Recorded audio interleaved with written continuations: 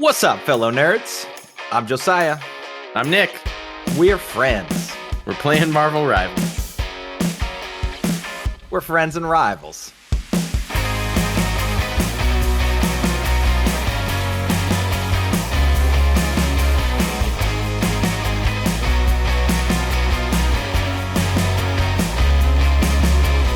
Hello, everybody, and welcome back to episode 16 of Friends and Rivals, a Marvel Rivals podcast. We have kind of a light news week for the first time since we started this podcast, which is crazy. Just ramping up for the absolute insanity that we know next week is going to be with news. Yeah, it's the calm before the storm, for sure. Yeah, we got a little bit of a follow-up from last week's episode with our ultimate tier list. Now we're going to dive into the ultimate roles and the sub-roles of those roles, which I'm really excited for. We got a hero spotlight for Peni Parker, and of course our Reddit taken mailbag. So, Nick, how you doing, buddy? So, do I have a story for you? I've heard that you do. Yes, I'm calling this the drug cake saga, which has piqued Josiah's interest in the notes. All right, so please elaborate. The other drugs night and cake. Yeah, the other night, after a few long weeks of being sick and then putting on a memorial service and then being even more sick, I just kind of decided I want ice cream. So naturally. So I took off to our local ice cream place, got my ice cream and got some for my wife. This will become important. They were these two big like sampler plates that we get that we just like eat half of them and then eat the other half the next day. But it's like sampler plates of ice cream? Yeah, it's like 4 big scoops of different flavors. So it's a lot of ice cream, which I promise will be relevant. So I'm pulling out of my parking spot at the ice cream place. I pull into the middle of the aisle, right? And then I go to put it in drive and just nothing. Like, oh no. The car doesn't turn off, nothing. Just the dashboard doesn't show reverse or park or drive. Jeez, There's just nothing. Yeah. So I try shifting to park, back to reverse, drive again. I can't go anywhere. If I put my foot on the gas, it just revs the engine. So I go to turn the car off, thinking maybe I'll just like restart the car and it'll be fine. And when I try to put it in park, and then when I try to turn the car off, it says shift to park and won't let me turn the car off because it thinks I'm in drive. Oh. So my car like completely forgot what gear I was in and then just like refused to let me drive in that state, right? Oh my goodness, yeah. So I'm like, okay, I finally, after trying to fiddle with it, turn it off, like all this kind of stuff, I'm like, I'm gonna need a technician. I can't even turn the thing off to like reset it or whatever. So I call the auto service, and I let my wife know she's not getting her ice cream. No, never a good thing to do. Yeah, and so then I'm just like sitting in the middle of the aisle in this parking lot, just like with my hazard lights on for 45 minutes, scarfing down this giant sample platter of ice cream. Say, I like this picture of just like car running, you standing the sampler platter, just like dude, I'm just like a gremlin in the front seat, just trying to eat it before it melts, right? And people walking by, and you're just like, it's not what it looks like. Yeah, no, I was getting the dirtiest looks from people because my car is just blocking the entire parking lot, and I'm sitting there eating ice cream with the door open. This mental image is amazing. I'm so sorry for you, but this is great. But as far as I knew at the time, I couldn't get it into neutral to like push it off to the side. So I was just stuck there, right? And people, for some reason, seeing a car just sitting with its hazards in the middle of the aisle didn't ever think to go in a different aisle. They all tried to squeeze past me. Right. So, yeah, I don't know. But anyway, I'm stuffing my face with coffee chocolate chip in the middle of this thing. And so the technician gets there like 45 minutes later, and he's not in a tow truck. It's just like a battery service guy. Oh, no. And I'm like, okay, I don't know what I need, but I'm pretty sure it's not the battery because the car is on, right? So I'm like, okay, I'm gonna need more than this. So I explain it. He has no clue what's going on. He's super confused, tries a couple things. Man. And we figure out that we can get it into neutral though, or into park. We just can't like connect the, to drive. So Yeah. we push the car out of the way at least, and then we're thinking like, okay, if we can turn the car off, then it won't like drain itself at least. Right. So we're trying to find the battery. We find out my battery is in my trunk. So we go over to the trunk, and I go to open the trunk, and I cannot open the trunk to my car Oh, because no. it's not in park Oh my according to my gosh. car, right? So now I can't even get in the trunk, and I can't get to the battery. I can't turn it off. So he calls for someone else to come with the tow truck to pick me up. And while we're doing this, like while we're on the phone getting the tow truck, these two guys just like kind of wander up to us and are like, "Hey, like literally say it exactly like this, like, hey, you want this cake?" And just hand me this platter with like a single like pink slice of cake on it. Like, no, like 100% this is laced with something. Like, why are they trying to get rid of cake to strangers in a parking lot at like 10 o'clock at night? I'm like, no, I'm good, thanks. And the guy won't take a no for an answer, so I get him to like go away by telling him, oh man, sorry, I just had ice cream, and he's like, oh okay. Understandable. Have a nice day. So That's the code word. yeah.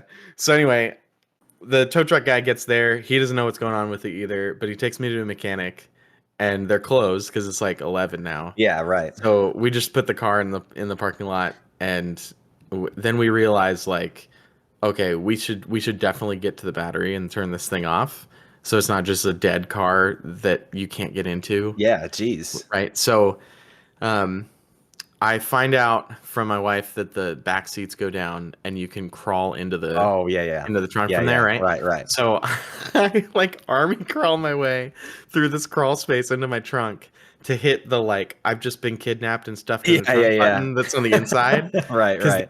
it's still open, right? So we get it Yeah. open, we pull the trunk apart to get the battery out, and we unplug the battery, and like we're like, okay, cool, like we'll see you in the morning with the mechanic and go home. So Yeah. the mechanic the tow truck guy can't take me home because he says his boss has a GPS on the truck and like watches if they go What? off route. And like yeah, so he'd get in trouble if he takes me home. So he takes me as far as he can without going out of his route for his next person, Oh, whoa. and like drops me off at the bottom of the hill. Uh, like This like is even where I'm living worse. right now. Yeah, you know where I'm living right now. There's like that Yeah. huge hill. Right. So he drops me off at the bottom. So I'm like walking up at 11:30 at night in flip flops up this giant hill to get home. Did you even And bring the ice cream tray with you? no, I threw it away. It was like soup. Um, I wasn't gonna bring her soup 4 hours later. Uh, anyway, Fair. I promise this story has an end. So I go to the mechanic the next day. I have to do the whole climb through the back seat, pop the murder button thing again Yeah. to get him to the battery so that he can try it out. And then I leave the car with him. And then in the afternoon, like after work, I come back to pick it up, and I end up finding out that they plugged in the battery and everything was fine. So like they tried for hours to like Yeah, to like get replicate the issue. it to break again, and just turning it on was fine. So Oh my dude, freaking goodness. I was so tempted when we got to the mechanic place the first time and took the battery out. I was so tempted to do the programmer IT Yep. QA thing and turn it off and back turn it on again, right? But like the tow truck guy had already gone the extra mile for me. He was saying he would drive me like most of the way home, even though he wasn't supposed to. And so I was like, I'm not gonna make him like also sit here for and do that. Yeah. But like after all that, literally Yeah. it was just the most basic IT. Once you fix find ever. that out. Yeah. Oh man. So now I've got a car where I have no idea when the electronics are gonna just decide to quit again. So that's fun. Yeah, how freaking weird. I wonder what happened to be so like catastrophic in that way. Yeah, That's I don't know. crazy. That just like unplugging it and plugging it back in would do that. Yeah. So Wow. yeah, drug cake, ice cream, car stuck in the middle of the road, murder button. It was But you- it was quite a Sunday night. Yeah, right. What a day. Well, I hope that doesn't happen to you again anytime soon. I need to catch a break soon. It's been too many things. Yeah. after another. I feel that for sure, for sure. So Well, anyway, how are you? yeah. I'm doing good. I'm a little sleepy, but I have a show and tell fun with me today, and Or check not this show out. and tell? No way, dude. No way. Woo! I'm gonna let you say it because I'm not saying that first. um, Baby Likens 2, Sibling Boogaloo. Last name reveal. It's in the podcast. It's Oh yeah, it is. it's in our show notes. Oh man. Dude. Yeah, man. My I thought this would be a fun way to do it. My wife is pregnant. Congrats. Yeah, thank you. Thank you. Um so Two that's been is going on. two is something. I'll tell you that. Just I buckle up. I've heard I've heard people say that like two is two is a journey, but three, once you get to three, then it's all good. I've actually heard that too. Yeah, Like yeah, they yeah. start entertaining each other. I'm We're I'm not yeah. I'm not sure that that's the plan, but we'll see. We'll see after this one. Well, dude, But yeah, I don't even know what to say. That's I awesome. know. Sorry for hijacking the entire podcast now No, this is with that, awesome. but yeah, you'll have to tell your wife later. For yeah, I will. Yeah, for all you guys listening, we both Josiah and I are only children, Yep. so this whole sibling thing, like we don't get it. So Yeah. it's Yep. Josiah will tell you it is really fun, and Yeah. there's a huge element of watching them interact where it like kind of gives some catharsis and like closure to the like only child like Right. angsty like I want someone else around me thing. Yep. Like it's fun watching them have that. Yeah. So Yeah, I'm really excited to see. My son has big only child energy right now, so it'll be it'll be good for him to also have to chill a little bit with that. yeah. Oh, I'm sure we're gonna have some funny stories about Oh him yeah, adapting to having number two. absolutely. We're Yeah. trying to make it super exciting for him. He's very excited about it right now. So, yeah, Good. Good. there's that. And I guess our editor will find out this week too, which means I'll tell the rest of our group Yeah. around that time. So anyway, how Woo. about that review we got? Yeah. In much lesser news, we have a new review on the way. Hey, don't talk about Captain Tempest like that. Sorry, Captain Tempest. Yeah, last week we had Colonel Festus, and this week we have Captain Tempest. So We're just descending the ranks here. there's an army brewing. We have leadership at least. Uh, Yeah. so Captain Tempest, Tempest. Man, I can't say that word today. Tempest. Tempest says, "Great podcast." Smiley face. And then the review says, "How can you fit so much content in just a few hours?" Oh, Thank you man. for putting it that way, rather than how can we ramble for many Right, hours. for so long. He says, "This is amazing as a Marvel Rivals fan. It's awesome to hear all the news that slipped through my greedy goblin grasp." Which say that five Nice times fast. alliteration. Yeah, I like that. I hope you read this on air. Hey, Oh, your wish is wow. granted. Because I want to know, what are your thoughts about Ultron being introduced to the game as a player character? Hype. All in all, my favorite part of the show is when you discuss the hero. My main is the Winter Soldier with the secondary as Captain America. Nice. How lore accurate. Very Yeah. cool. Yeah. Thank you for Josiah, the. what are your thoughts about Ultron being added Oh, to the game? well, Captain Tempest. I'm not sure if you listened to last episode yet or not, but I'm very hyped about Ultron.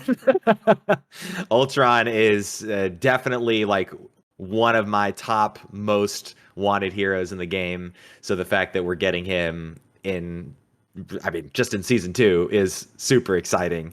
I can't wait to be narcissist robot man and yeah, keep my meat sack suits alive. I'm sorry for saying meat sack. suits. But anyway, yeah, I'm pretty hyped about that. Also, hey, just a few hours. Okay, we haven't hit the 3 hour mark yet, so I I won't accept It's a that. couple Okay, hours. just a Yeah. couple hours. Yeah. Don't push that 3 hours on us, Captain. All right. Well, thank you for the review. And if you guys want to leave a review and have it read on the show, please leave us one on Apple Freaking do Podcasts it. or make it a Spotify comment that says, "Hey, this is a review." I don't know, but mostly Apple Podcasts is where you can do it. If you do it somewhere else and you find a way to do it, we won't see it. So please let us know, and we'll read it if we see it. Cool. And now for the news.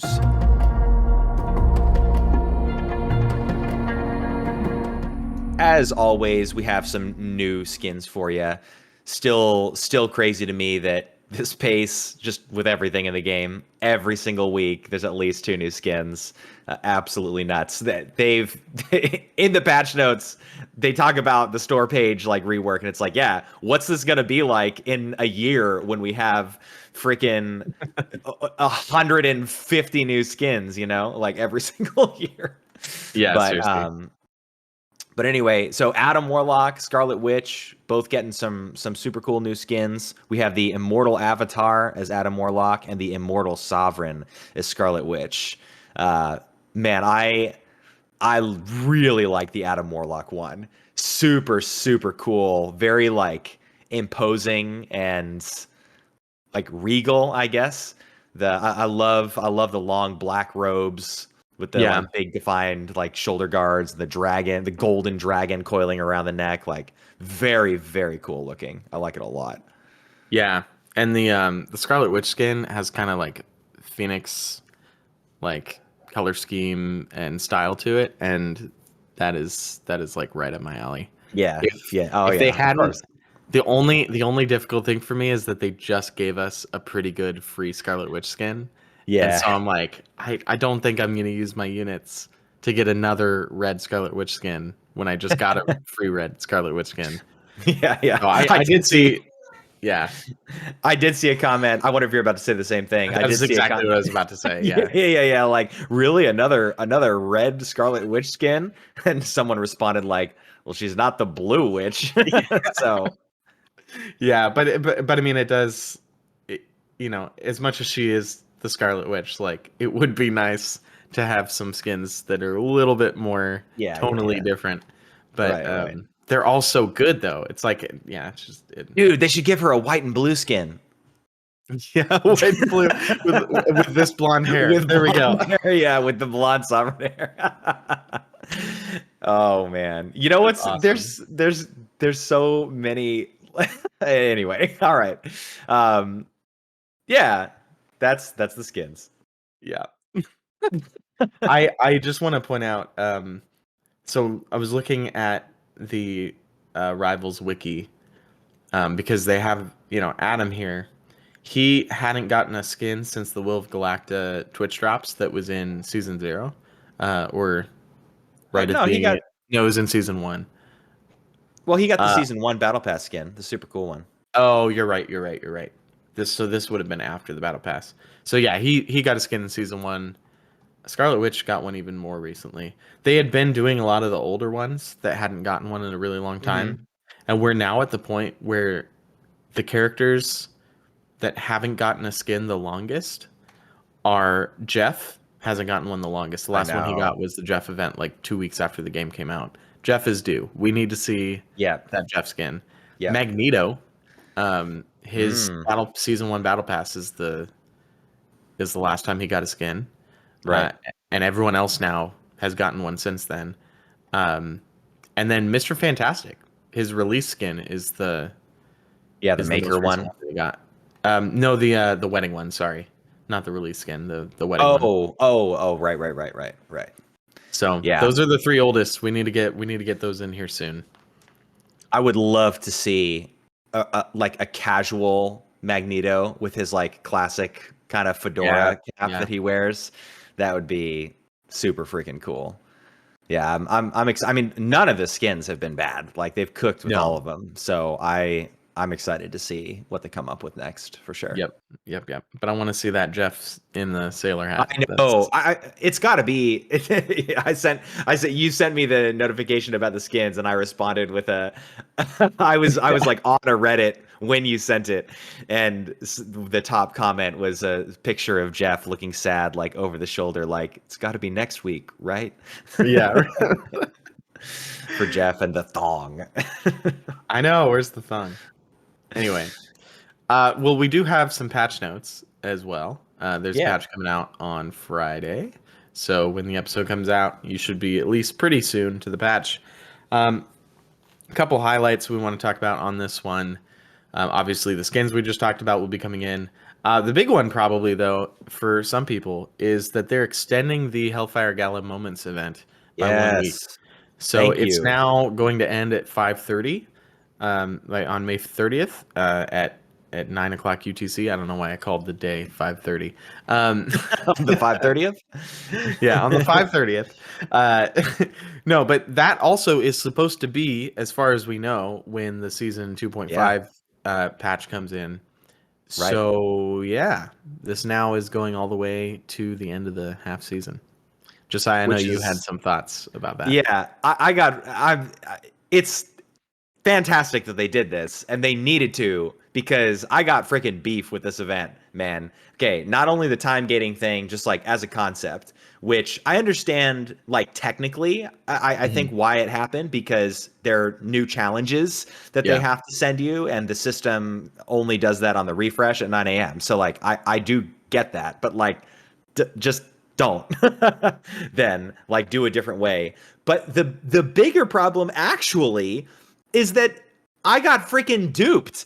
Their description in the event is wrong. Yeah. And I didn't know this. So I sat like an absolute fool for like 3 days. Yeah.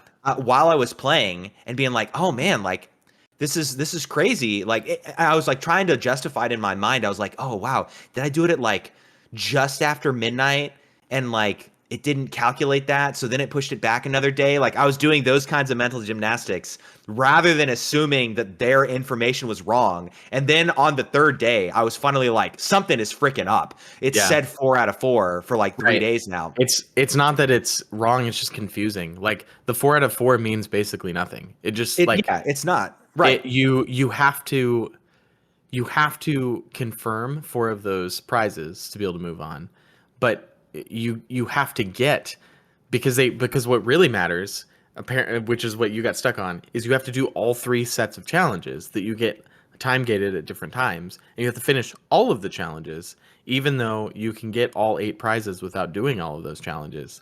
So that's not it either. You have to open all 8 prizes. That's you have to open all 8. You complete it. Yeah. So then it is incorrect. And on top of it, what I found is I opened all 8 and I still didn't get the reset until I finished all of the challenges, even though I already had all 8. So like, why am I going to do more challenges for coins that I don't need? Oh, because I have to, or you won't unlock Act 3. Right. That's got to be another bug then on top of it. Because I still have challenges left over, but I've like progressed now. But I left it there after doing 4 because I'm like, okay, cool. Like I'll worry about completing the rest of it later. I just want to like move on and finish this. I already got like I like lucked out and I got the Emma Frost emote, the Wolverine stuff like immediately in my first 4. So I was like, the other stuff, whatever. Yeah. And then no, you have to do 8 out of 8, not 4 out of 4. So so I'm glad that you're doing this. The good news is that Act 3 will take you all of like maybe a day. Like it's Act 2 is the problem. The way that they did the Act 2 thing. It's splitting it out into 3 sets of challenges that you have to wait every day to get to after you finish pretty lengthy challenges, which means if you have one that's lingering for a while, like you're not making any progress on the rest of the event for quite a while. Right. Yeah, I think this is probably the event that hit the worst out of the ones that they've done so far, and it was just the progression. Like the event itself was cool. I really like all of the different aspects of it. Yeah, the challenges are fine. I do like that you have to play every role to get through. I like that that's basically a requirement in order to advance. I think that's cool. Yeah. That it's like a bold decision, but a wise one. So Yeah. anyway, A couple other things in this patch that are actually pretty cool. The first one, they streamlined the store layout, so they're saying the first 2 pages are now going to be new arrivals and recommended, and then I guess they're doing the existing pages after that. That makes sense. The store is getting pretty big, so they're going to have to keep adding ways to hide more skins in there over time. Similarly to the effects that you could turn off a couple patches ago from skins, if you have voices in custom skin or in extra skins that you don't enjoy, even though you paid for them, you now have an option to use default costume voices in settings audio. So if you don't like that Loki reverb and voice on his null skin, you can just hear regular Loki. The interesting thing is that this was mentioned like multiple patches ago. So it's funny that it's only coming out now. I wonder if that was like something that they intended to drop and just like didn't, or it bugged out or something. I thought a couple of patches ago it was something similar, but it was like some visual effect or something. No, it was the voices. Oh, it was. I'm pretty sure about that. I guess I could be wrong, but sound effects. Oh, I thought it was something different. Oh, maybe it was sound effects. I could have sworn it was voices, but that's interesting. So then there'd be 2 settings for skins now. Yeah, which I've just never looked, so I don't know. If the sound effects was the last one, then this would probably mean that they did the sound effects, and people were like, okay, but I still don't want to hear the voice. Yeah, yeah. And then they went, oh yeah, we can do that too. For some reason, I thought I saw like a Reddit thread about the voices, which is like a couple weeks ago, which is why I thought it happened. But maybe I'm wrong about that. Anyway. Last change in this patch, new feature wise, you can have 5 sprays out at once on the battlefield. Heck yes! So I can draw my own X-Men X now, and still have room for something else. I actually wonder if that's, now that you mentioned, I wonder if that's why they did it, because they gave us 4-part sprays, and I've never seen that X. Yeah, anyway. I know. Right? I have all 4 on my wheel, but I've never seen anyone do anything other than the Emma one. So like. Yeah. If there's one thing that Overwatch did better, it's fostering a healthy spray rivalry or camaraderie. Those are always fun. Yep. I want to see more of that kind of thing. And then the rest of the patch is just some bug fixes and stuff like that. You can take a look at the patch notes if you want. We'll have them in the show notes. But nothing too huge here, other than just some weird things like some people never waking up from Mantis sleep. I think they would wake up from time, but they wouldn't wake up from being hit, and that's been fixed. But yeah, to wrap up, we do not have our favorite sentence, but we do have something that sounds eerily similar, which is address structural issues in the Clintar and Spider Islands maps. Come on, man. Perhaps made people be able to get stuck. Just tell us about the terrain, okay? I want to hear. I want the sweet, sweet comfort of that. So. I should go find that in an old patch note and just like read it to you from time to time. You should. That when I'm like freaking out or something, just be like, hey. The terrain has been fixed. People say sun's like getting real low. Things into their mirror in the morning. Yeah. Anyway, all right. Let's do the podcast patch notes now that we're done with the in-game patch notes. Yeah. All right, podcast patch notes. I always want to say Pastepot patch notes. 2 minutes on the clock. I'm gonna get going first this time. Here I go. Okay. So when we were talking about the Winter Soldier Hero Spotlight, I have a couple things still. That was like 2 or 3 episodes now, and I keep patch noting it because I keep learning new things. First off, right after we had that conversation about like, can the hook really get multiple people? Does it pull them all the way, or just pull the second person a little bit? I've been hooking multiple people constantly. Like, dude, it pulls them all the way. It is exactly just a multiple person hook. It's been happening constantly now, and I wasn't even trying to do it. I don't know how I never noticed it before until we talked about it, but yes, you can hook multiple people, and it's great. Secondly, This is going to be the third patch note on this same mechanic, but the Winter Soldier ult icon thing. Yep, Okay, yep. so it looks somewhat like the Kraken Impact logo, sort of. It almost looks more like a little like white or red anchor, like above their health bar. It shows up at some point. Usually, I only see it around 15%, but I saw it on someone with a lot more health one time, so I'm not really sure if they would die or if it's showing up at 15%. Not really sure what's going on there. But it shows anytime your ult is ready, not just when you're actually using it. So if you have your ult charged and it's sitting on your bar ready to use, you'll start seeing these. So that's actually really nice because that's letting you know, like, hey, this is a good time to use it. Yeah. Still can't verify if it's 15% like the wiki says, or if it's actually 80 health plus 15% or whatever. But still good to know. Like, they will die if that icon is above them. And then I've got 15 seconds left, so I'm just going to say someone agreed with me. Steven Redacted agreed with me about the subtitle thing from the art video last week, that he was wanting to watch the art and couldn't do it and read the subtitles at the same time. So I'm not alone. There are dozens of us. Dozens. I'm excited to see how many times we can reference that. I don't think we've ever explained what the reference is, so hopefully someone will. Hopefully someone will pick that up and someone's seen Arrested Development. Oh well, there you go. Anyway, nice. All right, give me my 2 minutes. Go. So Prox, a member of our Discord server, left a comment on our episode discussion tab here saying, apparently the thing that I was talking about with Loki's ultimate in last episode, the quality of life feature I wanted about being able to like select and confirm your ultimate target, is a thing that exists in the game for his custom hero settings, which I did not know. So that Mike on Spotify also said the same thing. We got a comment there about that too. Oh, nice. Thanks, Mike too. Mike Prox, same person. I've never seen him in the same place at the same time. I'm just saying. Prox also called out our informed casual perspective on Spider-Man's ult. Talking about how many things can shut it down, but you know what can't shut it down? Freaking us! All right.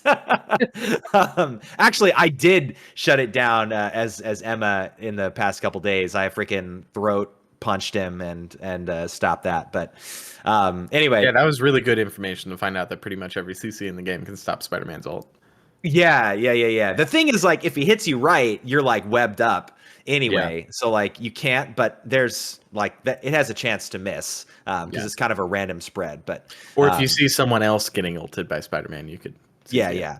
It's still one of the ults that I see like get the most kills the most consistently. But 100%. Anyway, I accept that feedback and feel challenged to be better. A not really a past episode patch note, but a mental patch note that I keep wanting to bring up and always forget. Just a fun thing on the hero select screen when you're just scrolling through your heroes, you can zoom in on every single hero, and every single one of them has a different animation that plays. I was gonna say that. Yeah. I'm gonna go a couple seconds extra because you were commenting on my comments. Yeah. So some of them will like have entire screen effects, like Jeff fills up the entire screen with water. I literally went through and zoomed in on every single hero just to see it. And some skins even have unique zoom in effects, like Doctor Strange. I only owned one skin where I could find that it worked, but Doctor Strange's Multiverse of Madness one, when you zoom in, the hands like pull forward, and when you zoom back out, they like grab his face and like pull him back. And I'm like, oh man, just a cool, really cool visual thing. Yeah. From as far as I can tell, for the most part, what the other pose is whatever the hero select screen shows in game. Because they do a different pose on that than they do on the menu. It swaps to that. So maybe some skins have a different hero select pose, which that's actually interesting. We should verify that because I haven't ever thought about that. Anyway, podcast passionates. Podcast passionates.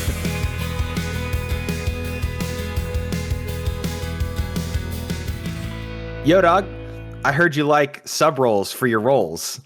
Well, what if you're sub roles had ultimates that had roles, and those roles had sub roles.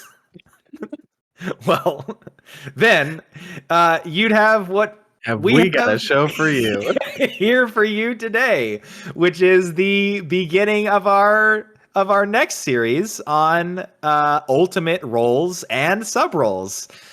This is Woo! yeah, woo woo. This is something that is wholly original, as far as I know. We did not pull this information from anywhere. This is a Nick and Josiah brainchild here. Yeah, so right after I retired last week from Excel spreadsheets for Yeah. main topics, Josiah comes to me, hands in his arm, wait, no, hands on his, I don't know what the phrase is, but he begs me, Nick, make me an Excel spreadsheet No. for sub rules for ultimate roles. No. And I here we didn't are. I My didn't most do it. colorful, biggest spreadsheet that I've made for this podcast yet. Yep. And it will be Yep. in the show notes. And you can get a preview of what's coming in the next couple weeks with the other rules. But Yeah. today we're just going to start with an explanation and talk Vanguards. Yeah, yeah. And there was a moment where I was like, you know what? It'd be cool if we had. I didn't say this, mind you, listeners. I was like, it'd be cool if we had like the previous roles video with the heroes that we did somewhere in there. But I'm like, nah, I'm not even gonna mention that to Nick because I know he'll do it. Well, little good that did because he did it even without me mentioning it. You got to So, know I was going to do it anyway. yeah. So yeah, spend a second and look at this. Like he did a really good job with it, of course. Oh, So thanks.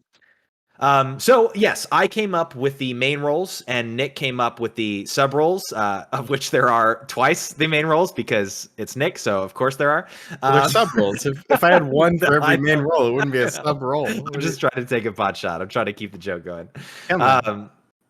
So I'll walk through the main roles, and Nick will walk us through the sub roles. So for the main roles, we have 4. We have control, destroy, enhance, and survive. So Yeah. So I'll note just so that we're clear, because the last one, these were all, the TD2 sub roles were based on each role, like Yes, Vanguard, right. Dual Strategist. These are going to be like across all roles. So Yeah. we're not splitting it up with 4 for Vanguards, 4 for like these 4 are used across all roles. So sorry, go ahead. No, 100%. And that, yeah, that's a great note. So every single one of the ultimates fits into some share of one of these 4 categories. Each role we've assigned a main role and a secondary main role too, and then the sub roles come after that. So just to break down each one, the control role is about 2 main things. It's about crowd control and area denial. So think of your Doctor Strange as the paragon, like the pinnacle of what you think of when you think of the control ult. Someone who comes in and can quickly lock down an area, and often these are seen as setups as well. Sometimes they can be setting up themselves, sometimes they can be setting up their teams, but it's all about controlling the battlefield in one way or another. The second main role is the destroy role. This is exactly what it sounds like. It's about killing the enemy. Nick created 2 sub roles here for AoE kills and serial kills. He'll get into a little bit more of that, but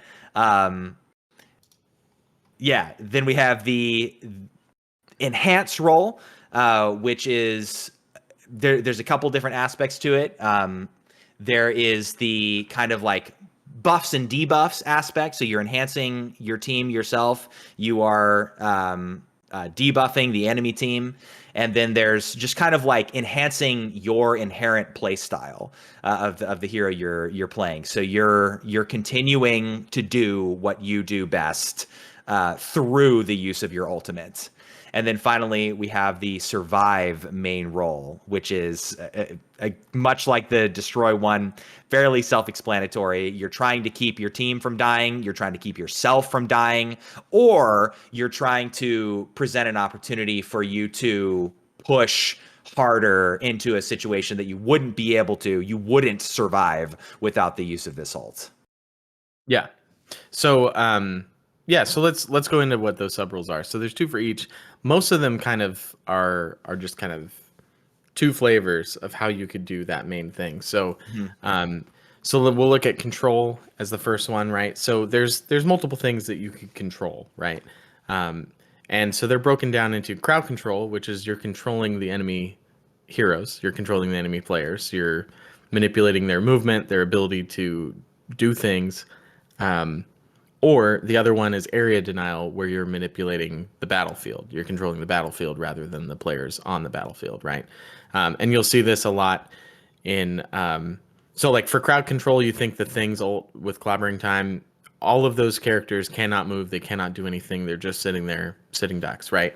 This is like the classic setup ult when you think of a setup. Mhm. You're just locking people in and saying, all right, now I get to do what I want to do next. On the area denial side, you have Penny Parker, who we're going to talk about in a little bit in the Hero Spotlight. But, Penny Parker is locking down a huge area with all these mines and everything. She's not doing anything directly to control the characters other than indirectly making them have to choose whether they're going to walk into that or whether they're going to avoid it. Then you got on the destroy side, the flavors here are whether you're trying to kill a bunch of people at the same time with an AoE kill style destroy ult, or whether you're trying to kill a bunch of people one after the other, which is the serial kills destroy ult. Those are Yeah. pretty self-explanatory. If you think about an AoE kill one, think about like Moon Knight or Iron Man. Big AoE gets a bunch of people or doesn't, in a moment whether that's going to happen.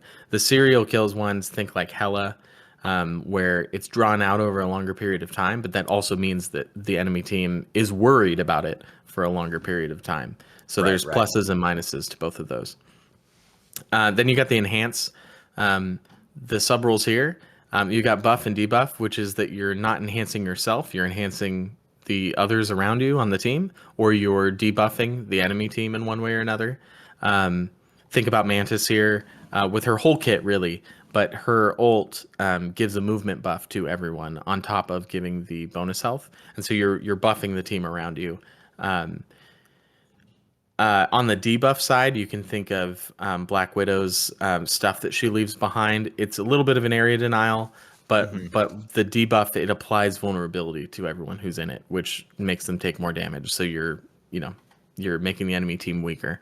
On the flip side, the other subcategory for enhancing is the more selfish one, which is I'm calling it engine, which is a term from like deck building games and like Catan and like Eurogame kind of thing. It's more of a board game thing where you talk about an engine as like you're building up this big machine of resources that just kind of keeps moving. And as you get into the later Yeah. game in one of those games, if you've built up in the early game this Right. big pile of resources that keeps building on itself, Yeah. Yeah. it Yeah. kind of snowballs. So Snowball. snowball would be another maybe name for the sub role if I had thought about it.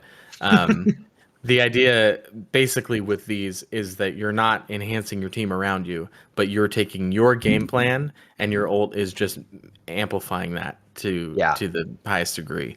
So the two ones that I would say are kind of the paragons of this. You can think of Venom. Venom's ult is not a big flashy moment. Venom's ult is like, I'm going to keep this going. I can keep the pressure on. I can do a bunch of damage and get them ready and softened up. And he, gives himself some health, but he is just kind of keeping himself going. And Black Panther is the same way. His ult Right. does a lot of damage, but for the most part, all it's trying to do is put a whole bunch of vibranium marks on a whole bunch of people so that he can reset his dash and keep Yeah. doing Yeah. what he wants to do. So it's kind of like a combo machine sort of ult. Like this is a combo piece rather than being its own standalone big thing. Yeah. And then our last role is the survive role, and the sub roles I have here. You have first is just defensive, where you're kind of mitigating damage in one way or another. And if you want to think of a clear example, you can think of Hulk. His ult gives him 1,500 health on that health bar and makes him huge. And then it's also an engine where he just keeps going, but we'll talk about that. But defensively, he's giving himself a whole bunch of health so that he can survive through a lot more. Magneto also has a pretty big defensive aspect to his ult. And then the other category is the one that I talk about all the time. I had to get my name, my Mimi name in here. Yeah, It's yeah. the big circle, die, and that is where it's an ult that's just massively overhealing the team to keep everyone alive for a long time. This is exclusive to strategists. It's probably the only role in here that's exclusive to a certain character role. But yeah, you can think of Luna's ult as the quintessential one. Yeah, of course. And then there's one other sub role, which is kind of a cop out. But there's really no way around it, and I'm calling it just the unique game changer. There's only two people in this category. It's Loki and Adam. Right. They cannot be categorized. Adam's ult is a survivability ult in the sense that you're bringing your team back and surviving a fight. Will survive the fight. Yeah. Yeah, but you're not healing. You're not like it doesn't really fit into any of the categories. It's its own unique thing, resurrecting everyone. Right, Loki as well. Yeah, he's just got every ult in the game. So what are you going to call it? So right. Those two kind of stand alone, but those are our roles and our sub roles we're going with. Yeah. So let's break it down. We're just going to go through each of the vanguards and kind of talk through. Hopefully, what you get out of this is similar to what you hopefully got out of our hero sub roles, which is just a little bit more context to all of these abilities, and just like we're some of the stuff that we discussed in the tier list yesterday, and I think some stuff that we'll discuss coming up with the Penny Hero Spotlight. Hopefully, it just creates some like new synapses and links for like how to use these ults in ways that you may not initially think of. So shall we kick it off with Captain America? Sure.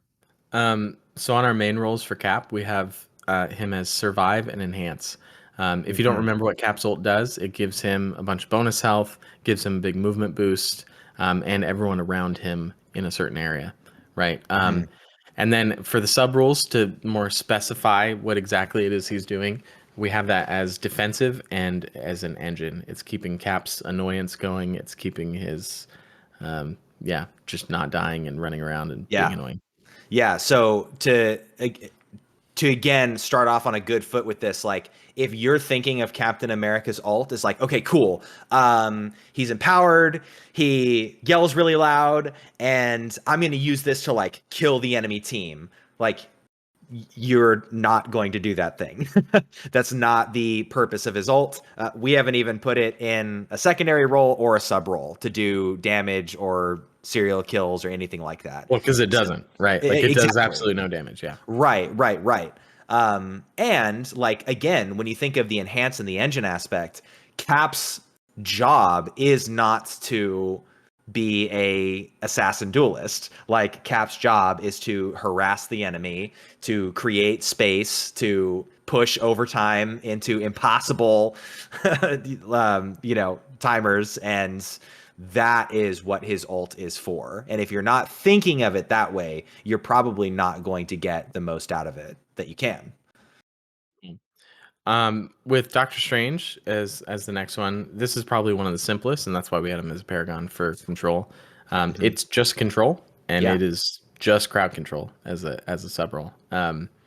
He just locks people up and sets them up for the team to do more damage to him. I mean, he can follow up on that himself, but it's not. The ult is not designed to kill people. The ult is designed to lock up the battlefield and create opportunities. Right. Yeah. Emma Frost. So Emma Frost, her main role for her ult is to control. Her secondary role is to destroy, with her sub roles being in descending order: crowd control, AoE kills, and area denial. This is one of the main reasons, no, maybe not one of the main reasons, but definitely one of the big reasons why Emma Frost is my girl. Look at all of those for all of you who are going to open up this Excel and look at this. Look at all those different colors. She gets to pull from so many different categories for this thing. And that is why, and that like that's exactly what we would predict going into this. We've said so much about how good her ult is in so many different situations. And this breakdown just shows you how flexible it is. You know, she wants to control the battlefield. She wants to either have people get out of where she is focusing her ult, or more likely, most of the time, she wants to create that setup where healers can't sustain themselves, where Venom can't shield himself, where Cap can't super jump out of the way. Control it, and then with that damage, which is nothing to freaking sneeze at, to kill some of those squishies, ideally. So a lot of utility, a lot of flexibility with Emma Frost, and that's why we put this ult in A in our tier list that we made yesterday. Yeah. Not yesterday, last week. Last week, yeah. We record these back to back. Oh my gosh. Next, we got Groot, who also falls into control and destroy. And his is crowd control and AoE kills. So honestly, it's mostly crowd control. Groot's is mostly a setup. I would probably put this at like 80-20 on the destroy side. But it does do damage to the people that have been grouped up. And with some combos of his other abilities, you can kill a lot of people at one time. But, you know, here you've got a similar thing where he's trying to control the battlefield like Doctor Strange, just with an added damage aspect to it. And so one of the things that we can notice when we break down these ults is TDT mentioned it in his character role breakdowns, that like the ult styles were different for each of the different sub-roles of character, right? Mm-hmm. And so if you look at here, we've got a line of anchor tanks here with Doctor Strange, Emma Frost, and Groot that we've just talked about in a row. Yep. And all of them, the main role on their ultimate is to control. It's mostly crowd control, right? Crowd control is kind of like an anchor tank thing for the most part. There's some exceptions, but that is kind of like a big thing that their ults want to do, because they are going to be that solid thing in the middle of the battle that is not going to fall easily. So they can have a good vantage point for, hey, this is a good moment. Let me set up a moment for the rest of my team. Right. Yeah, absolutely. That's a good call out. Moving on to Hulk. So Hulk shares right down the line the exact same roles and sub roles as Captain America, because his ult is used in a very similar way with some difference. So main role survive, secondary role enhance, sub roles 1 and 2 are defensive and engine. So a key difference, I think, with Hulk's ult here is the uniqueness of him being able to not only heal full health, but overheal with his Super Hulk form. So whereas Captain America, if you are like in over your head, you've put yourself in a situation that you're probably not going to survive, and you pop ult, you're dead. Hulk, catering to his playstyle and honestly his character lore of just like overcommitting and getting too angry and chasing people too hard, like this is a panic button ult where you can save yourself and potentially rally. You know, maybe you're engaging with the team and you're leaping with enhanced movement speed and no cooldown basically with the most recent Hulk update, and your team hasn't caught up yet. Like this can allow you to get into some pretty intense brawls and like not suffer the consequences for it by being unsupported. Yeah.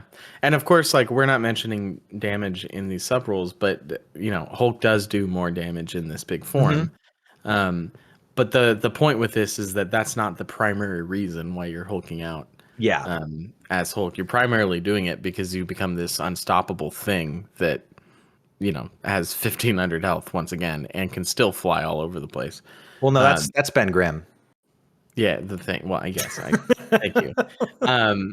But you know, Cap and Hulk, and we'll talk about Venom at the end. All three of them share very, very similar roles on their ults, and they are the 3 dive tanks. So again, the roles kind of line up between characters and ultimates.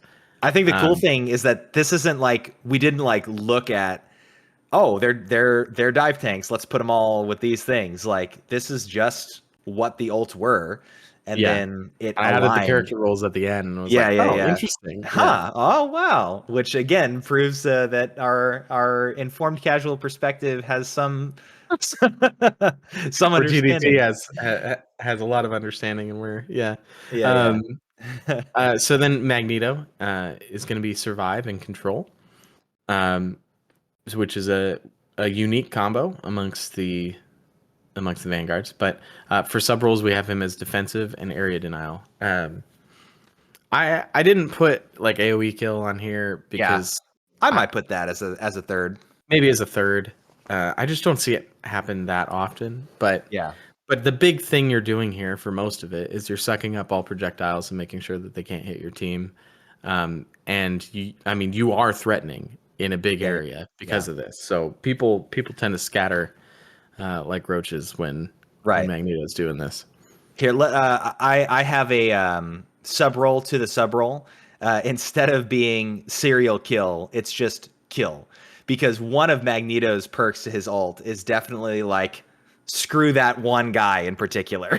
Yeah, that's true. Yeah. And like that's where he gets a little bit different from the other like survival ults, is that he's a really good support counter ult pick. I when Cloak and Dagger, I think one of the first Magneto ult uses that I saw that was really good is that like when Cloak and Dagger ults, Magneto ults in response because he can shut them down instantly with a hit from that. So yeah, he's not going to get AoE kills really. He's certainly not going to get serial kills because there's only one charge of it, but he does get to again screw one person in particular. That's a really good that. point because it pretty much is just one instant kill, like Yeah. pretty much through anything. Right.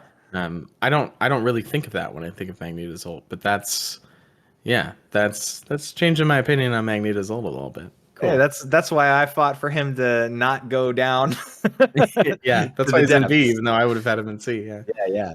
So Peni Parker, obviously we're gonna talk about her a little bit more coming up, but her main and secondary roles are enhance and control, and then she has 3 sub roles, which are engine, area denial, and defensive. So not to spoil too much, but there's a lot of different ways that you can use this ult. And obviously her kit is all about, she's a bunker. She's a true bunker. She's about area denial. She's about setting up those mines. She's about keeping herself healed, keeping the enemy out. And when you consider the full picture of what this ult does, it's all about just allowing her to continually do that, but with more health. Yeah, I mean, more speed. yeah. And yeah.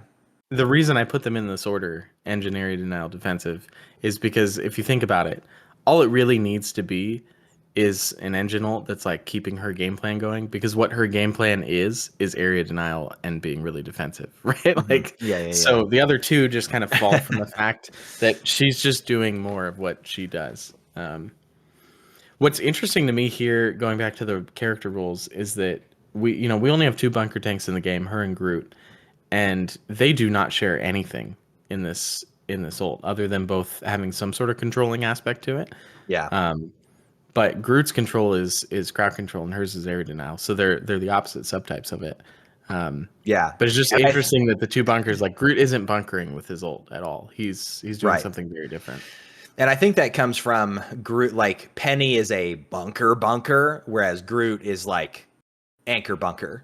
So he has a really, I think, solid split with those 2 roles. Whereas and that makes sense. His ult is more anchor focused, or even like brawl focused than the bunker side. So but Groot is also very unique. Yeah. Then we've got the Thing. Yeah, here it is. Here it is. Here's the Thing. And he is another just pure control ult, pure crowd control. Him and Doctor Strange both kind of fit into this in different ways. If you want a big wave going in a long direction to set people up, then you go with the Thing. If you want, a radius around you and double damage on all of them, then you go with Doctor Strange. But, you're picking them for other reasons too. Yeah. Yeah, the thing is giving his little bit of damage output on the ult activation, whereas Doctor Strange is getting a little bit of that damage output after the activation from the soul splitting double damage opportunity Yeah, there. yeah. And Thor. Oh, yeah, no, go ahead, go ahead. yeah. So Thor, his main role is control. Secondary is to destroy, with his two sub roles being area denial and AOE kills. Maybe if you really know what you're doing, you can push that destroy up. But I just don't see it, and I don't experience it. This is a like. Get the frick off my point. Get off my healers, or I will kill you. Yeah, Rather than like, all right, I'm gonna engage and do, insane amounts of damage. Venom's our last one, and obviously he's not going to be a destroy. And it's so an interesting point to talk about here with Thor. This would be the only one of the Vanguards that like could, if you were like crazy good with it, push destroy into the main role. But none of the Vanguards have that, and even with someone like Thor, it just goes to show that, like, yes, Thor is a big brawler. Yes, he can secure a lot of kills. Yes, he can do a lot of damage output. But at the end of the day, like, his role as a Vanguard is to, like, secure his team's survival. And that's one of the reasons why we believe that control is the greater focus here. Yeah, I think this setup like kind of shows what Thor's about in general, which is it's such a weird balance for them to hit. They have to make him threatening enough for this to be true, but not so heavy on the damage that it just becomes that he's a DPS with more health. Yeah. But his role as a tank to defend his team is to be big and threatening enough that people back off. And Right. so this ult really just gives you like a big way to do that. And if they don't back off, then great, you confirm kills. Yeah. But Yeah. most of the time they're gonna back off, and that's okay. That's what you want. Right. Now, when you pair Thor's ult with another control ult, however, you're gonna get pretty good destroy value out of that scenario. More so than I think anyone else. Like, Thor has the most capability to like capitalize on kills by using his ult as a secondary ult to a different control. Yeah.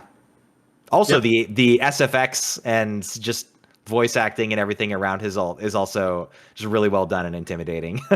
Yeah. So, All right. Well, that leaves us to finish off the Vanguards this week with Venom, who is going to fall into that dive tank thing that we've seen with the other two. But I switched the order here on him. So I have him first as enhance and then survive. yeah. So his sub roles are engine and then defensive rather than the other way that Cap and Hulk had it. Yeah. And yeah, I think the reason for that is that he gets bonus health from this. He dives underground and has a little bit of mostly invulnerability from it. He's not actually invulnerable from it, but he's a lot harder to hit and everything. Yeah. But really what you're trying to do is you're trying to chain together this damage with all the other stuff you've been doing, with all the harassing you've been doing. Like most of it is about just keeping Venom's thing going. Yeah. And with Hulk, for example, like his play style isn't about like, yes, like I got to really low health and now I'm going to get back to full health. Like Cap's play style isn't like, okay, I have a lot of extra, I can like boost my armor and run around and stuff and like take a lot of hits. Like that's not part of his kit. That's something that's like an additional layer that the ultimate adds. Whereas Venom's ultimate is literally just an extension of his kit. Venom is about waiting till the last second, popping a shield, getting as much overhealth as possible, and continuing to fight when they think you're down and out. And the ultimate is like literally more than any other ultimate in any other role in the game. Like his ultimate does that so well. Even if we put him in C, because for the ultimate, just because we don't see like even now, like talking about it, I'm potentially reconsidering just because, yes, the ultimate itself doesn't necessarily feel like it has a huge impact, but it certainly does for him. And Right. then what Yeah. he's able to achieve, it's almost like if you could separate the action of the ultimate from what the ultimate sets him up to do, it might elevate in like out of sea with that kind of perspective, because Venom can really keep fighting for much longer after that ult pop. But Yeah. yeah. Yeah. Well, just to wrap up the Vanguards, I guess what I would say is, if you're playing an Anchor Vanguard, for the most part, your ult is probably about crowd control and setting up for your team. If you're playing a Brawl Vanguard, the Brawl kind of ends up being sort of the jack of all trades. It really depends on the Brawl Vanguard. Some of them, like Hulk, have very like survivable kind of aspects to them. Some of them, like Thing, are just straight up control ults, and some of them, like Thor, are a little bit more leaning into the damage. So Brawl is going to be a little bit more of a jack of all trades in there. But if you're got a dive ult or a dive Vanguard and you have an ult, it's probably just there to help you continue to survive and keep going. Don't think of it as some big thing you have to save for some big moment. You're trying to keep yourself harassing, and it's okay to use it for that. And then if you're bunkering, you're probably just trying to keep that going, keep yourself controlling the battlefield. Yeah. I think that's another, just to close my thought too, that's another great point, that like, I think a lot of the ults that get held onto for a really long time are the destroy ones, because like you want to get the clippable play. You want to be able to say, Jarvis, clip that at the end of your ult. And the reality is, like, you don't, it's not that you never do, but you don't like often get that experience from these ults. So like Nick said, you don't need to hold on to them. Use them when you have them. If you get an extra few feet from pushing the payload because you used your ult, you were successful. Congratulations. Build it up again. Do it again. Yeah. Well, cool. All right. I'm liking this topic, and hopefully this hits for some people, and we'll come back next time we have a main topic. We'll come back with duelists, I believe. The next week, I think we're gonna have a bunch of news for season 2.5, and we'll probably just be talking about that the whole time. Right. And the week after that, our main topic will be our first impressions on Ultron and the new half season. So it'll probably be a couple weeks before we get back to this. But we're gonna finish this up with the other two roles. But you know what? We don't have to wait until the next series continuation to talk about regarding duelists. What's that? Winter Soldier. Sebastian, take it away. Hey chat, Sebastian Stan here, armed and dangerous again. All right, thank you, Sebastian. And no, I just realized we never thanked NightGobbler for the review. No. Thank you, NightGobbler. Thank you, NightGobbler. Anyway, here we are. It's Armed and Dangerous. This is our fourth time we played. Josiah won last week. I He's did. coming on the up and up. We decided for this week we're gonna have a house rule that out of our two nominated characters, we can only pick the one that we would be more likely to play. So we're not gonna go based on the stats at all this time.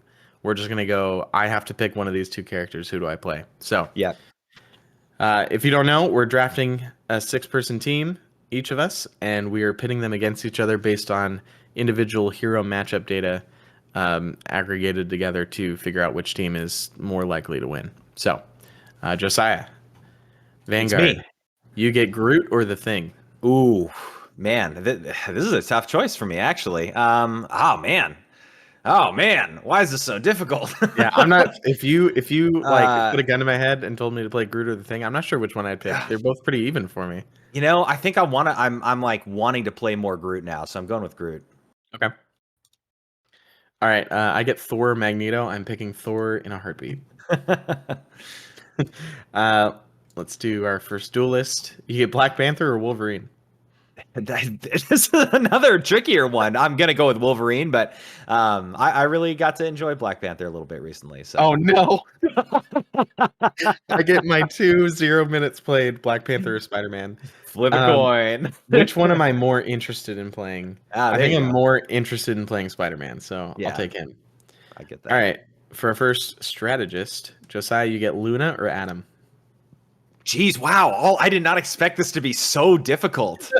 I think I have more playtime on Luna, but I've been playing Adam a lot more. I'm gonna go with Adam. Okay. And I get Cloak and Dagger or Luna. I would pick Cloak and Nice. Dagger. All right. Vanguard number 2. Penny or Hulk? Penny all day, every day. Yeah. And I get Hulk or Doctor Strange. Ooh. This is tough for me. I've played a lot more Doctor Strange, but I'm probably more interested in playing Hulk. So I don't know. Realistically, if we're playing a game, I'm probably picking Doctor Strange, though, to play. Yeah. So I'll say Doctor Strange. Okay. Duelist numero 2. You get Scarlet Witch or Human Torch? Man. Probably Scarlet Witch. Yeah. I just feel more comfortable with her. Okay. I get Iron Fist or Winter Soldier. Obviously, I'm picking Winter Soldier. I play him all the time. And then for your last strategist, Luna again or Rocket? My goodness. The only easy choice for me was Penny and Hulk because I just don't play Hulk at all. But I've been playing more Rocket this season too. I am going to pick Luna in this situation, I think. Okay. And then do I play Invisible Woman or Mantis? Well, started picking my mains at the end. Yeah. All right. So, Josiah, you won. Oh, wow. 50.48%. Very close game. I'm kind of surprised. What's the MVP Penny? Penny Parker MVP. Dude, we're about to talk about it. Yeah. But she's running like a 52% win rate right now. Yeah. And then your least valuable player, as always, was the Lifeline support. Yeah, makes sense. Right. Luna. On my team, Thor was my SVP, and Winter Soldier was my LVP. He's still struggling this season. Yeah. How interesting. Not when I play him. But, sometimes when I play him. All right. Well, hey, we're 2-2. Next week's the tiebreaker for season 2.0, I guess. Absolutely. All right. Well, speaking of how cool Penny is, should we dive into that a little bit? Yeah, let's do it. Hero Spotlight. Here we come. Mm-hmm.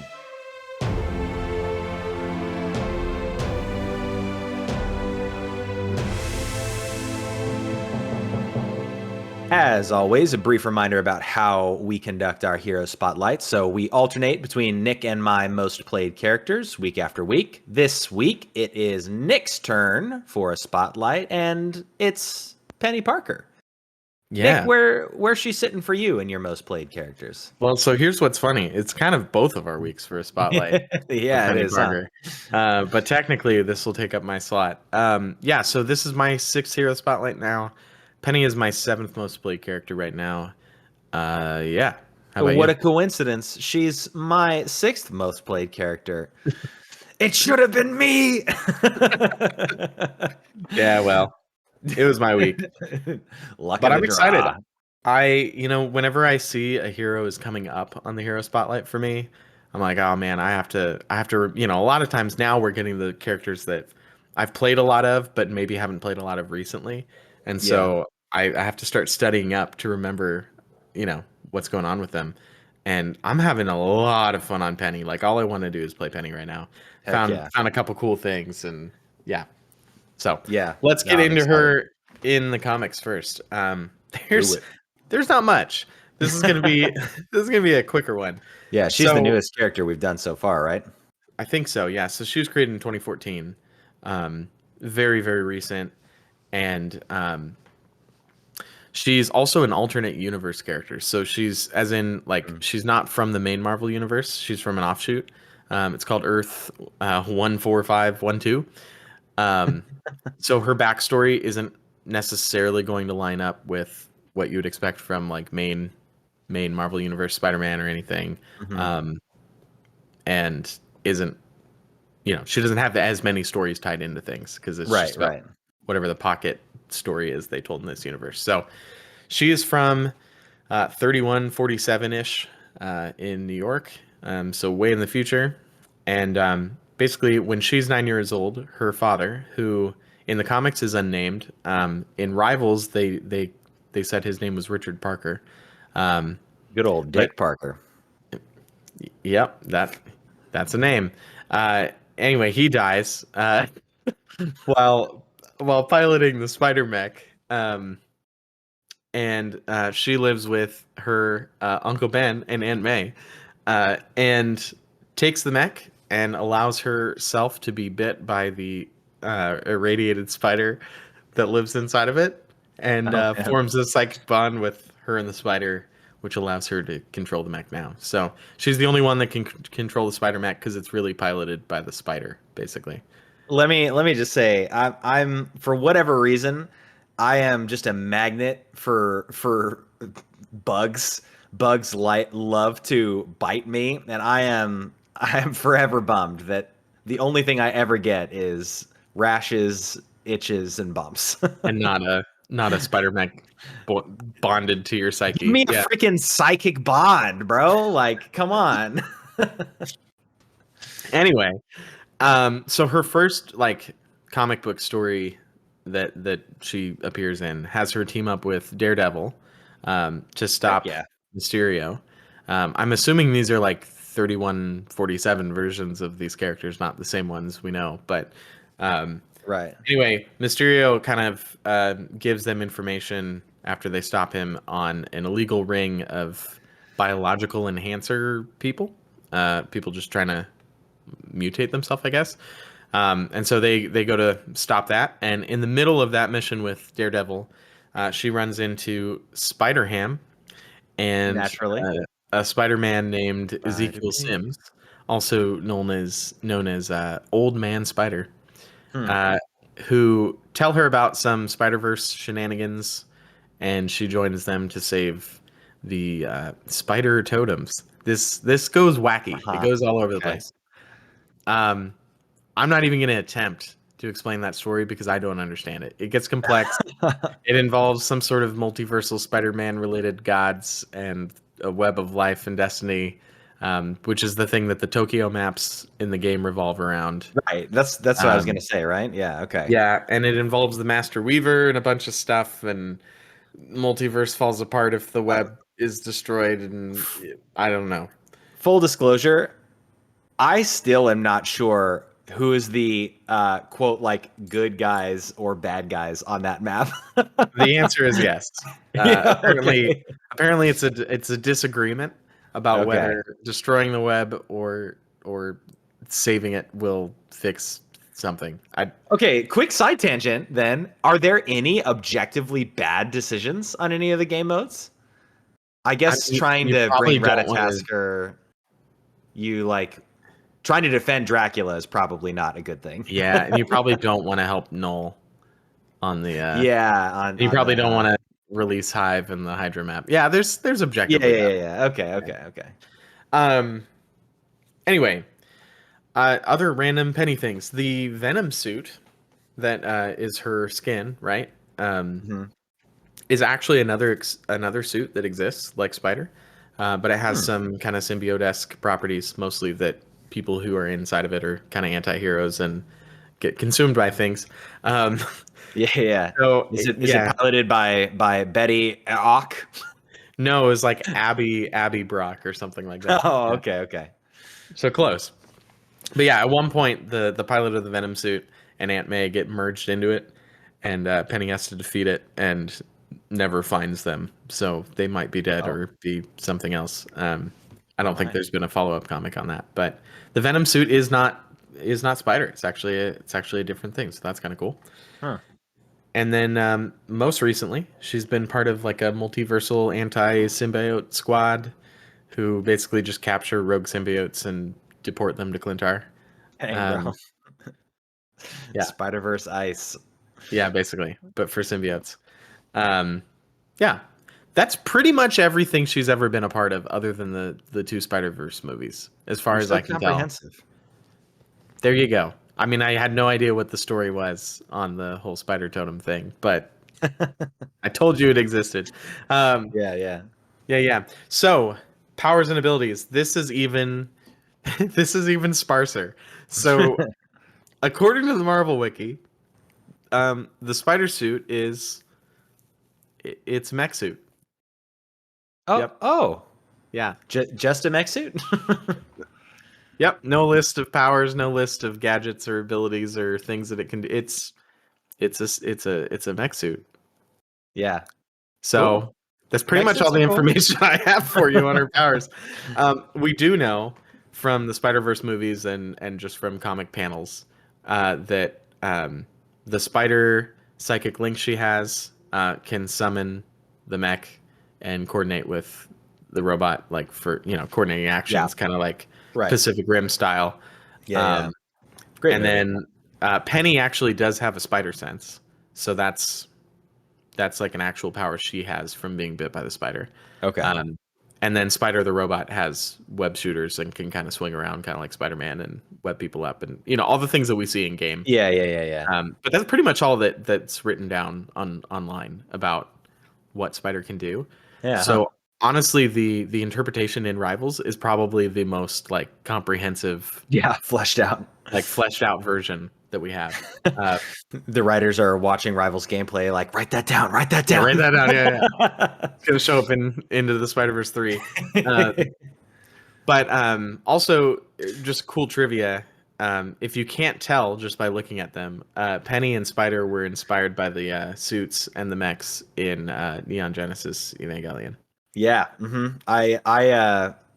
I didn't immediately pick that up from her original one, but the Venom Penny looks, I can't remember the name, but looks extremely similar to one of the Evangelion mechs. So yeah, so they've said that they were inspired by the mechs for Spider, and then they've also said that her flight suit is inspired by the ones that the pilots have. So great. Similar to the Emma Frost tribute thing last week. but maybe not quite as egregious. Maybe not egregious. Yeah. So, my thoughts on the story for Penny is that she's a really new, very loosely defined character. So this could mean that Rivals gets to do a lot of unique stuff with her over the years because they don't have a bunch of the existing lore to be stuck to.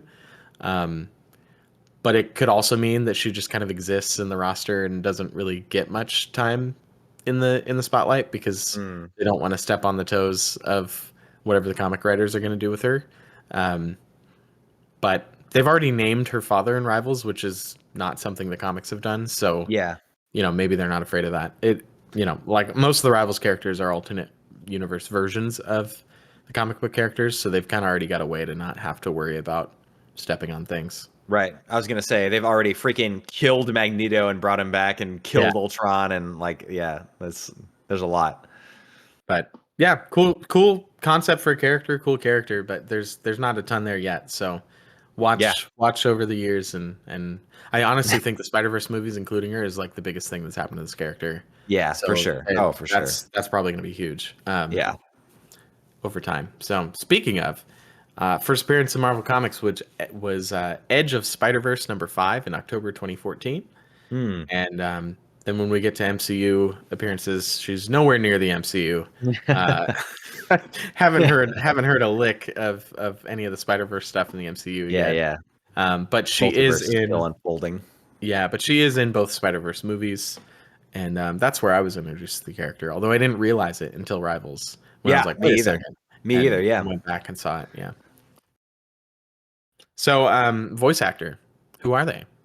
So, her name is Sally Amaki, and she does both the English and Japanese voice acting for Penny. Oh, that's cool. And what else has she done?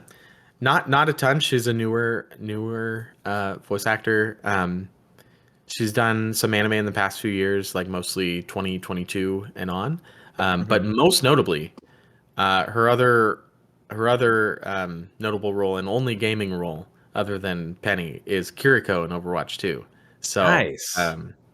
might sound familiar to you, and that would probably be why, is if you came from Overwatch, they had just recently introduced Kiriko before Rivals started. So Right. Yeah, I didn't catch it because I think she puts like a younger twist on her voice as Penny, but she killed it as Kiriko. That Kiriko's, I mean, Overwatch, my goodness, Blizzard in general, like Blizzard cinematics are unparalleled, and the Kiriko cinematic is freaking phenomenal. So she killed it in that. Overwatch, she killed it.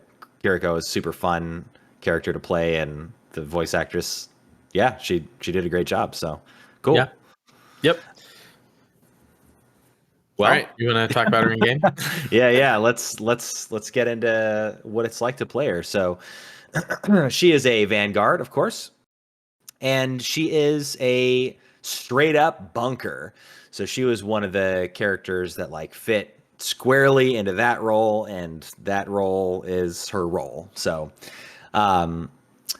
Cool Guy put out a really great Penny guide a couple weeks ago. Cool Guy puts out great guides on all the characters. So please, this episode not sponsored by Cool Guy, but hey, Cool Guy, if you're listening, we love come you. hang out with us. Yeah. Watch freaking Cool Guy's stuff. We may get into something else very interesting about a guide that he put out at some point soon. But anyway, yeah, so a lot of the stuff we talk about will be influenced by his takes. So kicking it off with her left click, cyber web cluster. So rapid fire delayed projectile accompanied by a spell field. 15 damage, both projectile and spell field.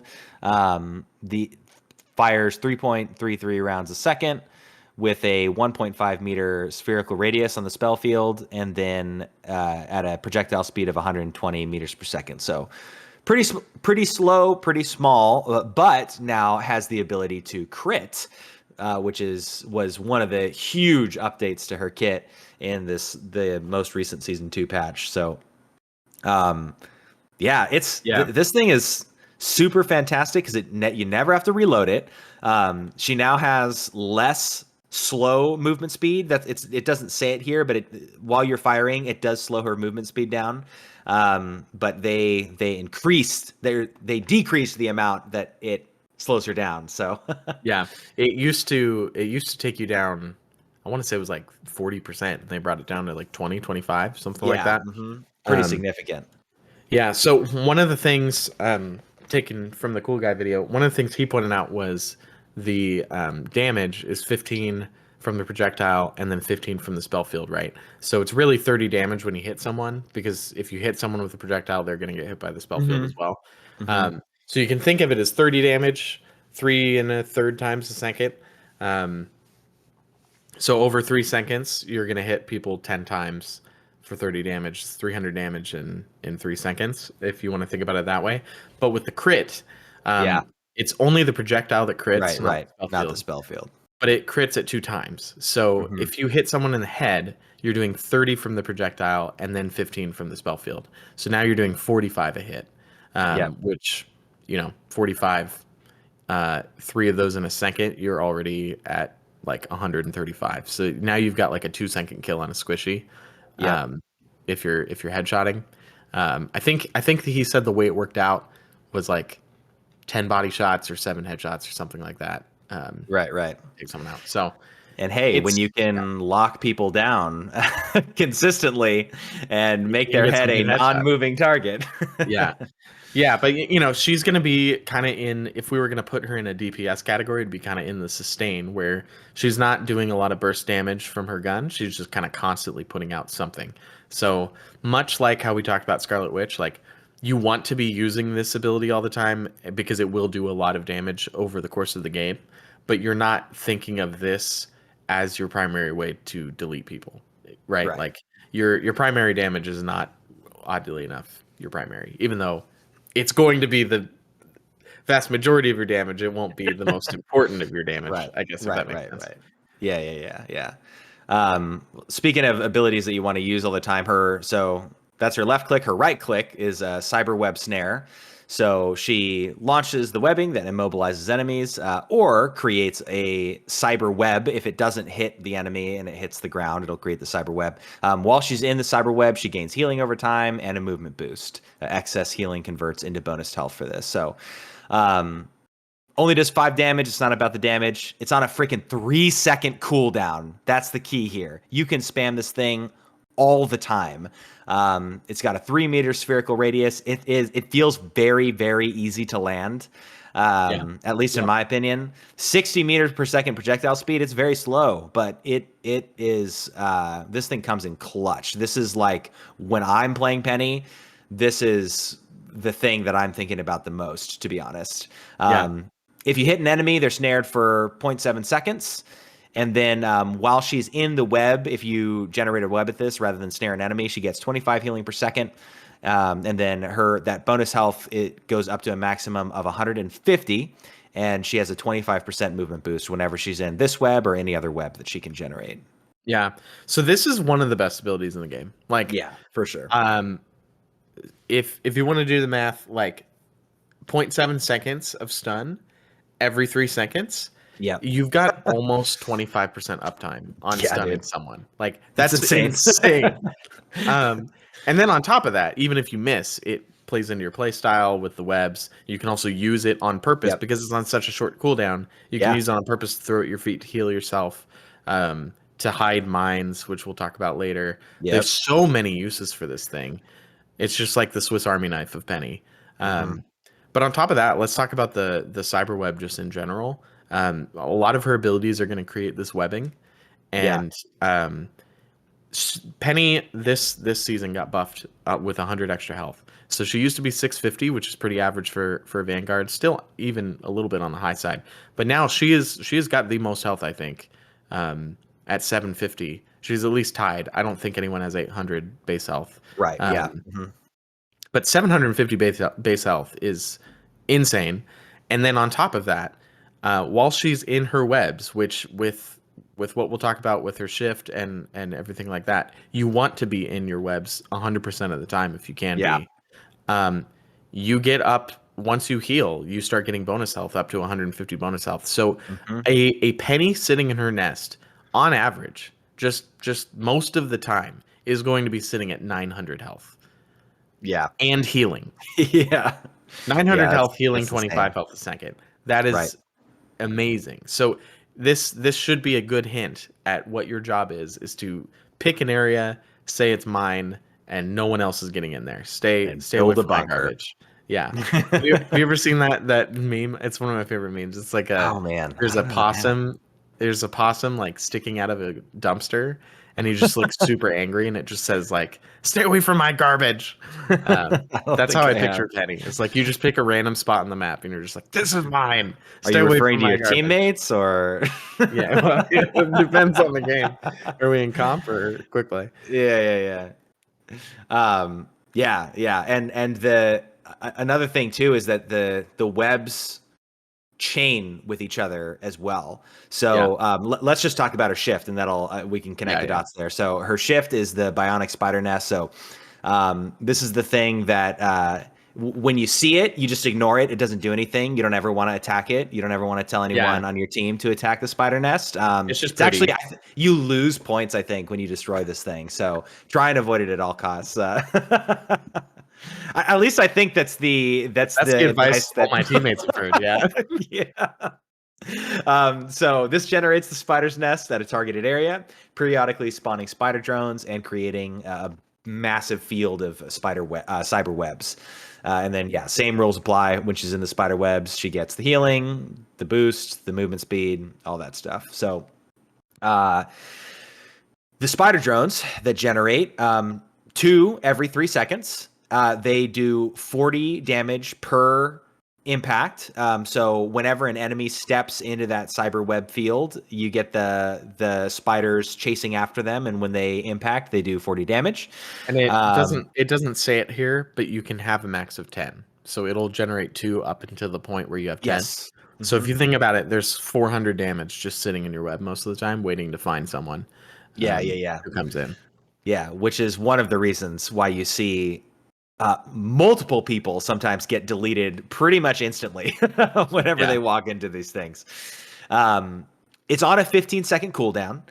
So when you the cooldown doesn't start until you deactivate the nest or it's destroyed. So you can't just have this primed. So when you lose it, it's gone for a while. So you want to be very conscious of that too. Yeah. However, the cooldown is prorated based on the health of the nest when it gets destroyed. So if your nest is sitting up at 100% health, you can pull it out and put it back in instantly. There's no cooldown. Oh no, was that in the cool guy video? It was, yeah. I missed that. If it's at 50% health, then it's going to be 7.5 second cooldown when you pop it to get it back. So, one of the things he mentions in the guide, and just something that will help you a lot as Penny, is when someone does start shooting at your nest, just recall it, because it's way better for you to not have one for 3 seconds than to have it for a couple seconds more and then not have it for 15 seconds because it's on the full cooldown. So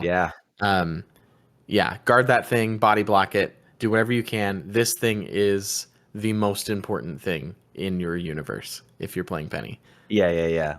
And there's nothing that you can do to like heal it, like your supports and whatever can't like repair it or anything like that. So keep that in mind. So a cool tech about this. I saw some people. I'll talk about it when we get to the movement ability. So never mind. Let's stick on topic. So the thing that I mentioned with the cyberweb snare is that whenever you place the web within range of this bionic spider nest, the webs connect and extend, and you can place web on top of web right. and expand this thing pretty far. And they don't actually have to be touching. Like that's a kind of a funky little thing. It's hard to gauge, but as long as they're like within, a couple inches of each other, the spiders will crawl across from the bionic spider nest to the webs that you extend. So you can do some really, really cool, like around the corner ambush tech with this stuff where you can have, your nest is completely out of sight, but you can lock down a choke point with your spiders and the enemy team isn't going to be able to do anything to come back that. Cause again, you can't kill the spiders. They just generate and they're there and they charge you. So really, really important thing to keep in mind. Yeah, so to extend the web, you can extend it 3 times. You basically kind of like your sprays. After you put enough of them on the ground, it starts taking away the oldest one. Yeah. However, I did find out this week from some YouTube comments that so if you have 3 webs out already, right? You've extended it all the way, and you want to keep that. You can still use your right click as long as you don't miss. Because if you don't miss, it doesn't create one on the ground, create the web, which means it won't take one away. So there's some cool stuff you can do there if you're very sure of your aim. Well, you can your sandcastle, all together. You can also, like, you don't even have to worry about it in a lot of situations because the projectile doesn't go on forever. So even if you miss, as long as there's not like ground or a wall, like a slope or something behind them, you'll still be able to keep those webs. But that's a good point to know for sure. So moving on to her next ability, her Arachno Mine. This is the memeable one that you see when you hear the little charging up in front of your. Hope you enjoyed that sound effect. Charging up in front of your spawn. Maybe send a little chat, little texty text to your teammates and say, let's avoid the main entrance. Dude, people fall for it all the time. I know, and it's so great. Arachno Mine, her E ability to deploy arachno mines that can be concealed within the confines of a cyberweb. I'm gonna keep doing that the entire spotlight. That's fine. So 100 damage per arachno mine, 4 arachno mine charges. And then there's a 4-second cooldown per charge. The detonation range is a 3-meter spherical radius. The most important thing to know about this is not only are they concealed when they're in the cyber web, but they are untargetable and invulnerable. Yeah. So this is one of the things that when the game first came out and I started playing Penny and like there were no guides, like it doesn't say this anywhere in the ability description. So I'm like, oh shoot, I don't want to just put a little patch of spider web in a door and put a bunch of mines there, because of course they're going to know that they're there and they're going to shoot them and destroy them. No, they freaking can't. You should always do that. Yeah. There was a small period of time where there was a bug where people could destroy them. And I think that was right when we were trying to figure that out. And so I was running through spider webs with magic, just hitting all the spider webs and killing all the mines. I was like, Penny's useless. Yeah, and that was a bug, and I fixed it, and I started dying a lot. And to let you know how important this ability is, that wasn't just Nick's reaction. That was the entire internet's reaction when that bug was going on. Of there's no point in playing Penny. Like, she's completely busted now, and not in the good way. So this is your bread and butter for damage. Like Nick was saying, the majority of your damage might be from that primary. Again, infinite ammo, just hold it down nonstop. But this is where you're going to be securing kills. This is where you get to be really like dastardly dungeon master strategic. And this is one of those types of things, like the like setup abilities, that I feel I get to enjoy the payoff for pretty much every single time I throw down a mine. It's so easy and it's just so satisfying. These things are absolutely nasty. Yeah, so these, again, I wish the wiki had this on here, but there's a maximum amount that you can have out of them, but it's really high. Like, I don't remember what it was, but it's extremely high, and there's a reason for that, is because the ult also creates these. And so you have to be able to have a bunch out. But what you want to do with these most of the time is you want to throw down a web somewhere on a choke point, a door, a hallway, somewhere that's an off angle that you know they're going to come. Specifically, the big thing you want to do is you want to set up your nest hidden at a spot where they have to get a good angle in order to get at it. And then you put these mines in all the locations that they would have to go through to get to the angle to destroy the nest, right? And so you're holding down the things that are protecting your nest with these. These ones, I mean, honestly, you can also, if you have extra, just sprinkle them around inside your big nest, sprinkle them around the objective. 100 damage is 100 damage. But a big thing you want to do if you want to be getting insta-kills with this is these each do 100 damage. So 3 of them is going to kill pretty much anyone in the game. 4 of them is going to take a tank all the way down really low, right? If you have enough time, you can wait for a couple and put 6, 7, 8 on a door and insta kill a tank. But be thinking about it like that. These are little assassination points that you just want to put places where people have to go. A lot of the meme about Penny being only good at low ranks is that people don't fall for walking right into a web.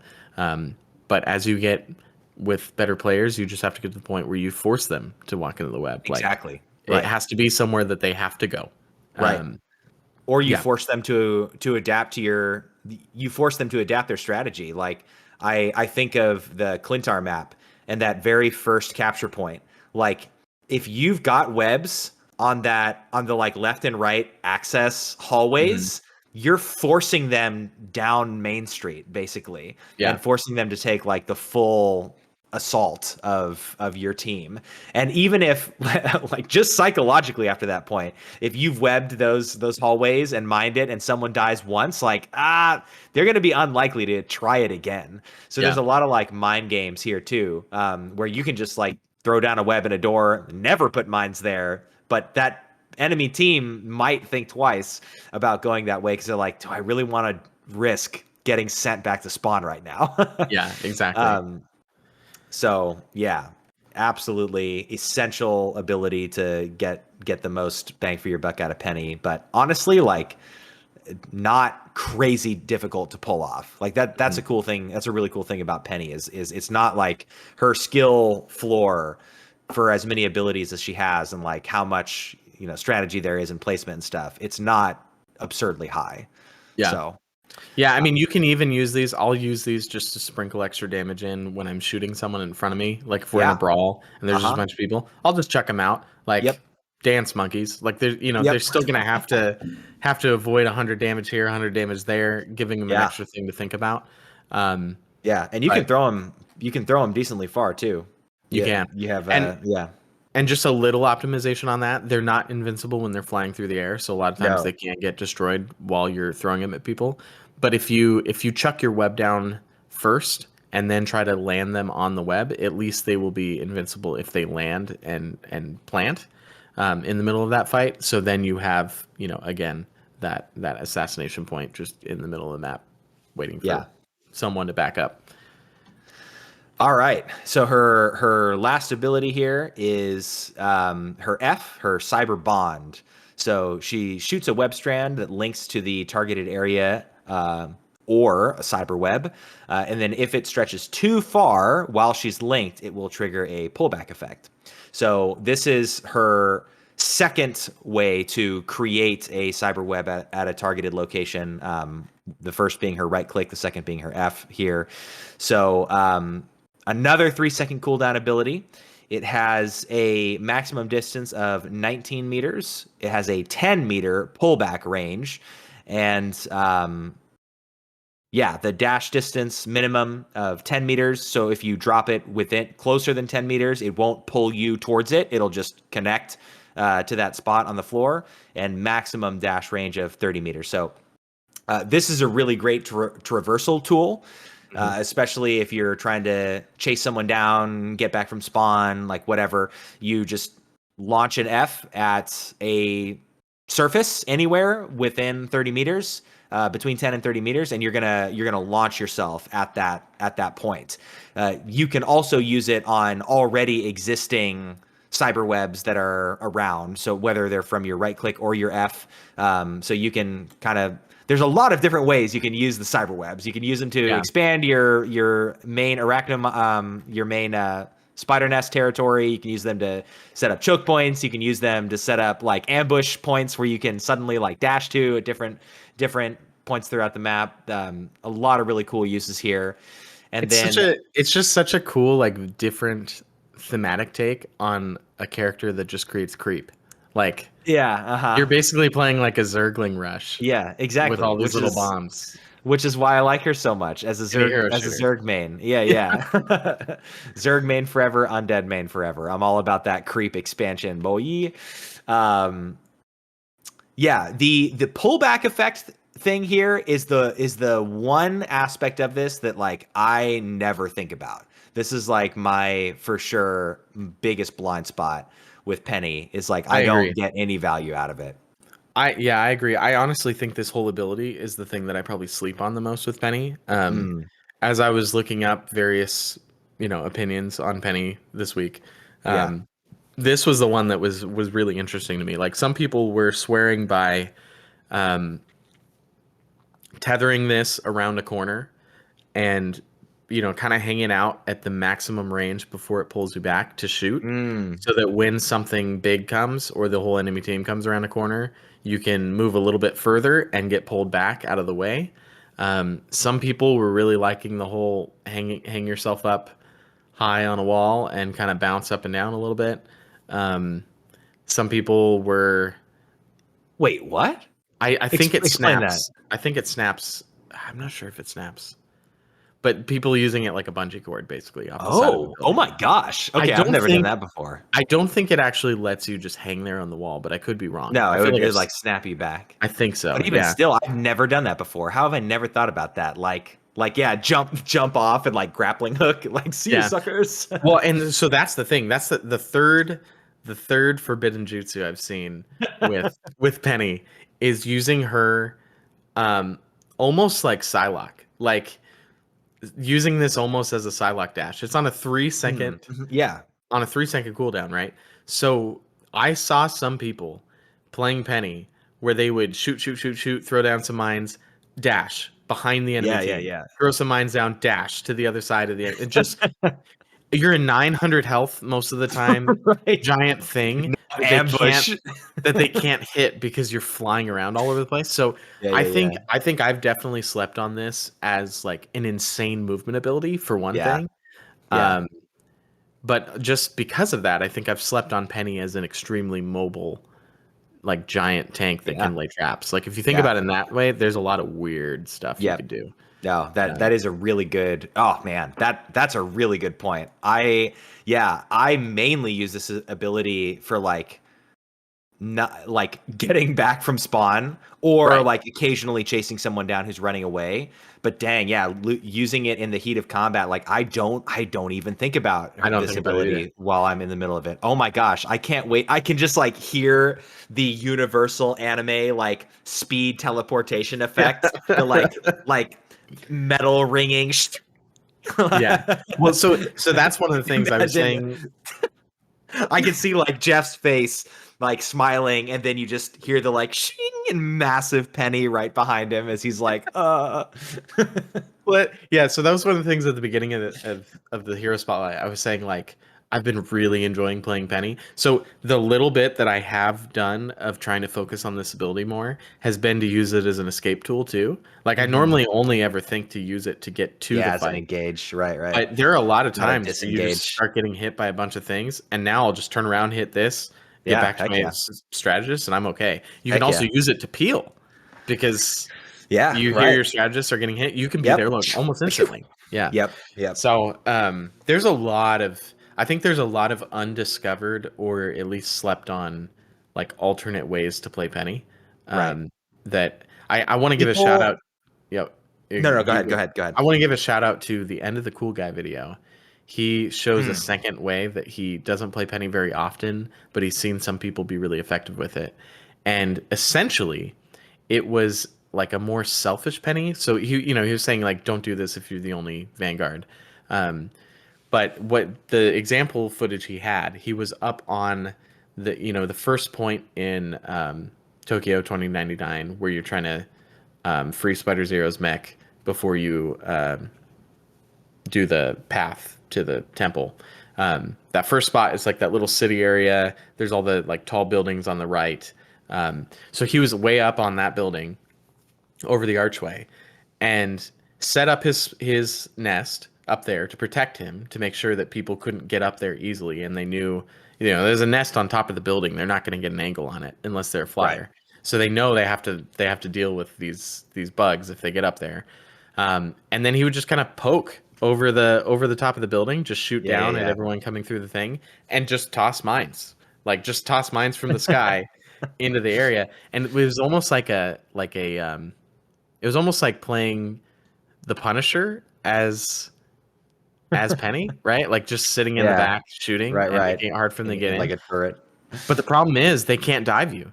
So like Iron Fist or whoever comes up to take care of you, and they just get destroyed by all the mines that you have set up there. Yeah. And they can't really get help from anyone else. So he was Right. saying you stay up there for a long time, and then when the battle requires it, then you hop down, move your nest, put it on the ground, start playing like normal.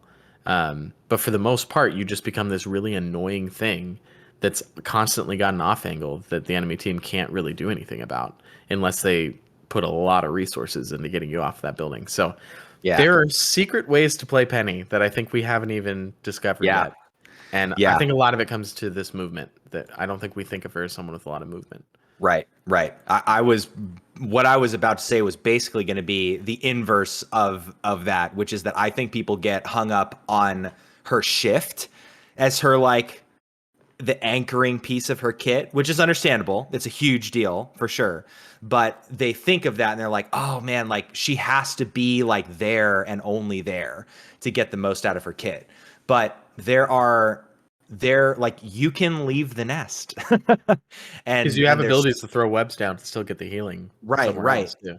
Right. Yeah, when you think of the passive as being the anchoring part of her kit rather than the shift as the anchoring part of her kit, I think it opens up a lot of other options. And sure. yeah, I'm excited to see her ascendancy continue because I think she's super fun, super unique, and just really viable in a Yeah. lot more comps than one might expect. Yeah. So she also does have a kind of passive ability with her space. So she can crawl on vertical surfaces. So if you run up to a wall, she can't hang on them. She can't like side run like Iron Fist or anything like that, Black Panther, but she can run up any vertical surface, infinite amount of range. So Yeah. And if you combine this with the ability we were just talking about, you can zip yourself up to something really high and then Yep. just keep running up to get over the Yeah. ledge. So you can get on top of things really easily. Yeah. I think of the Domination Yggdrasil map where you have that big ring hovering above the capture point, and Penny is one of the people who can get up there and start doing that like bomb lobbing. Bob Loblaw's Loblaw. Bomb lobbing strategy by just running up the walls, zipping yourself to the big floating ring, and getting headshots from up above. So Yep. closing off her kits with her ultimates. It's Spider Time. Great voice actress, probably my most annoying ultimate voice line in the game, but Spider Sweeper. So she enhances the spider suit, launching up enemies in its path, deploying arachno mines, spider drones, and cyber webs repeatedly. There are 7 arachno mines that she can deploy by holding right click while she's running around.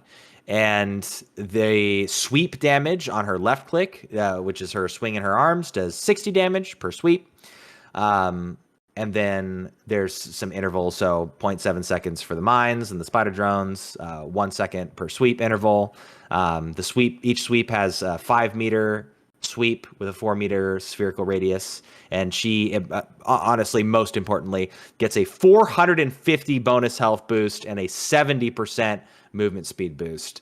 Yeah. So this is in last week's episode in our ultimate tier list, we put her ultimate in a C, and I made the comment that I think it's one of the like least fun ultimates to use. Honestly, it's one of the, I was thinking about it more as once I realized that this week's spotlight was going to be Penny. It also just like, sorry to just dump on it right now. It also just like has really unsatisfying visual feedback. There's like no impact. It's just like a stiff animation of her arms like out and like turning really like there's no sense of momentum or anything with it. So it just doesn't like. Leave us a comment if you feel like the ult like feels good to use, because it just really doesn't to me. But it does have a lot of value in the annoyance factor, the defensive capabilities. You can really push into overtime with this, and yeah. I was gonna say this was probably the thing on her kit that I was the least excited about, and I'm actually it's turning around for me this week. With the new stuff that I've been trying out, like I'm starting to like this more. I don't know if I'd put it much higher yet. But I also there's a lot of things I want to try out with it that I've heard you can do. But I 100% agree that the visual feedback isn't very fun unless you hit someone with the left click to jump them up in the air. That's pretty fun. Yeah. Especially because what I've been realizing with this is that left click is a lot more important than I thought. For the longest time, I would just try to make sure I threw out all the mines, which you do want to do. Yeah. But the left click felt hard to hit because of the visual feedback. So I was just like, whatever, I'll spam it out, but I'm not really trying for much. No. So if you're doing this, your web is growing with you, which means that your nest, because you want your nest, if you're going to use this ability, your nest is pumping out little spiders. Yeah. The suit this entire time is pumping out little spiders, right? Every 0.7 seconds. And then you're also throwing down 7 of your regular big E mines, which you also could have spammed out your 4 mines right before you used your ult and had 11 mines lying around by the time this thing is over. So when you hit someone with that left click, it launches them straight up into the air, and that gives all of your little drones time to run towards them, because they will still continue to run towards someone who's flying in the air.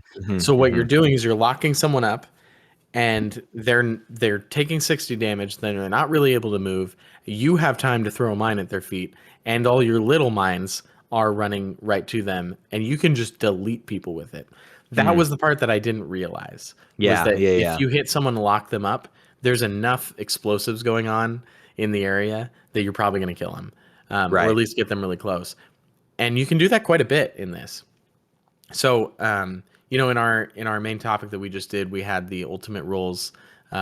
This falls in our main roles into an enhance control kind of thing. So you got to be thinking about this mostly as a way to keep Penny's engine moving, like keep what Penny's been doing going, right? Yeah. Which is all of these mines, all of this web all over the place, all of this like area control. Right.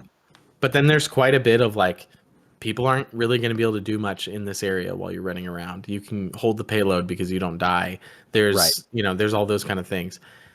One other, just because I'm rambling about this ult quite a bit. One other really fun thing to try though is flank Penny with the ult.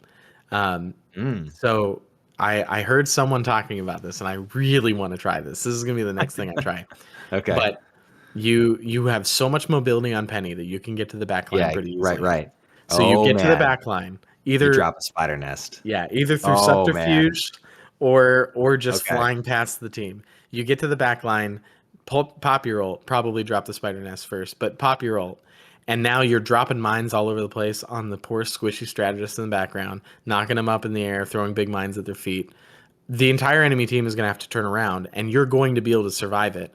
And you're probably going to take out their strategists, or at least one of them.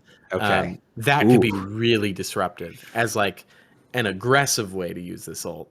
Yeah. Which it's already really good for defending, which is what you're typically going to do with it. But I think there's some more opportunity there than maybe we gave it credit for.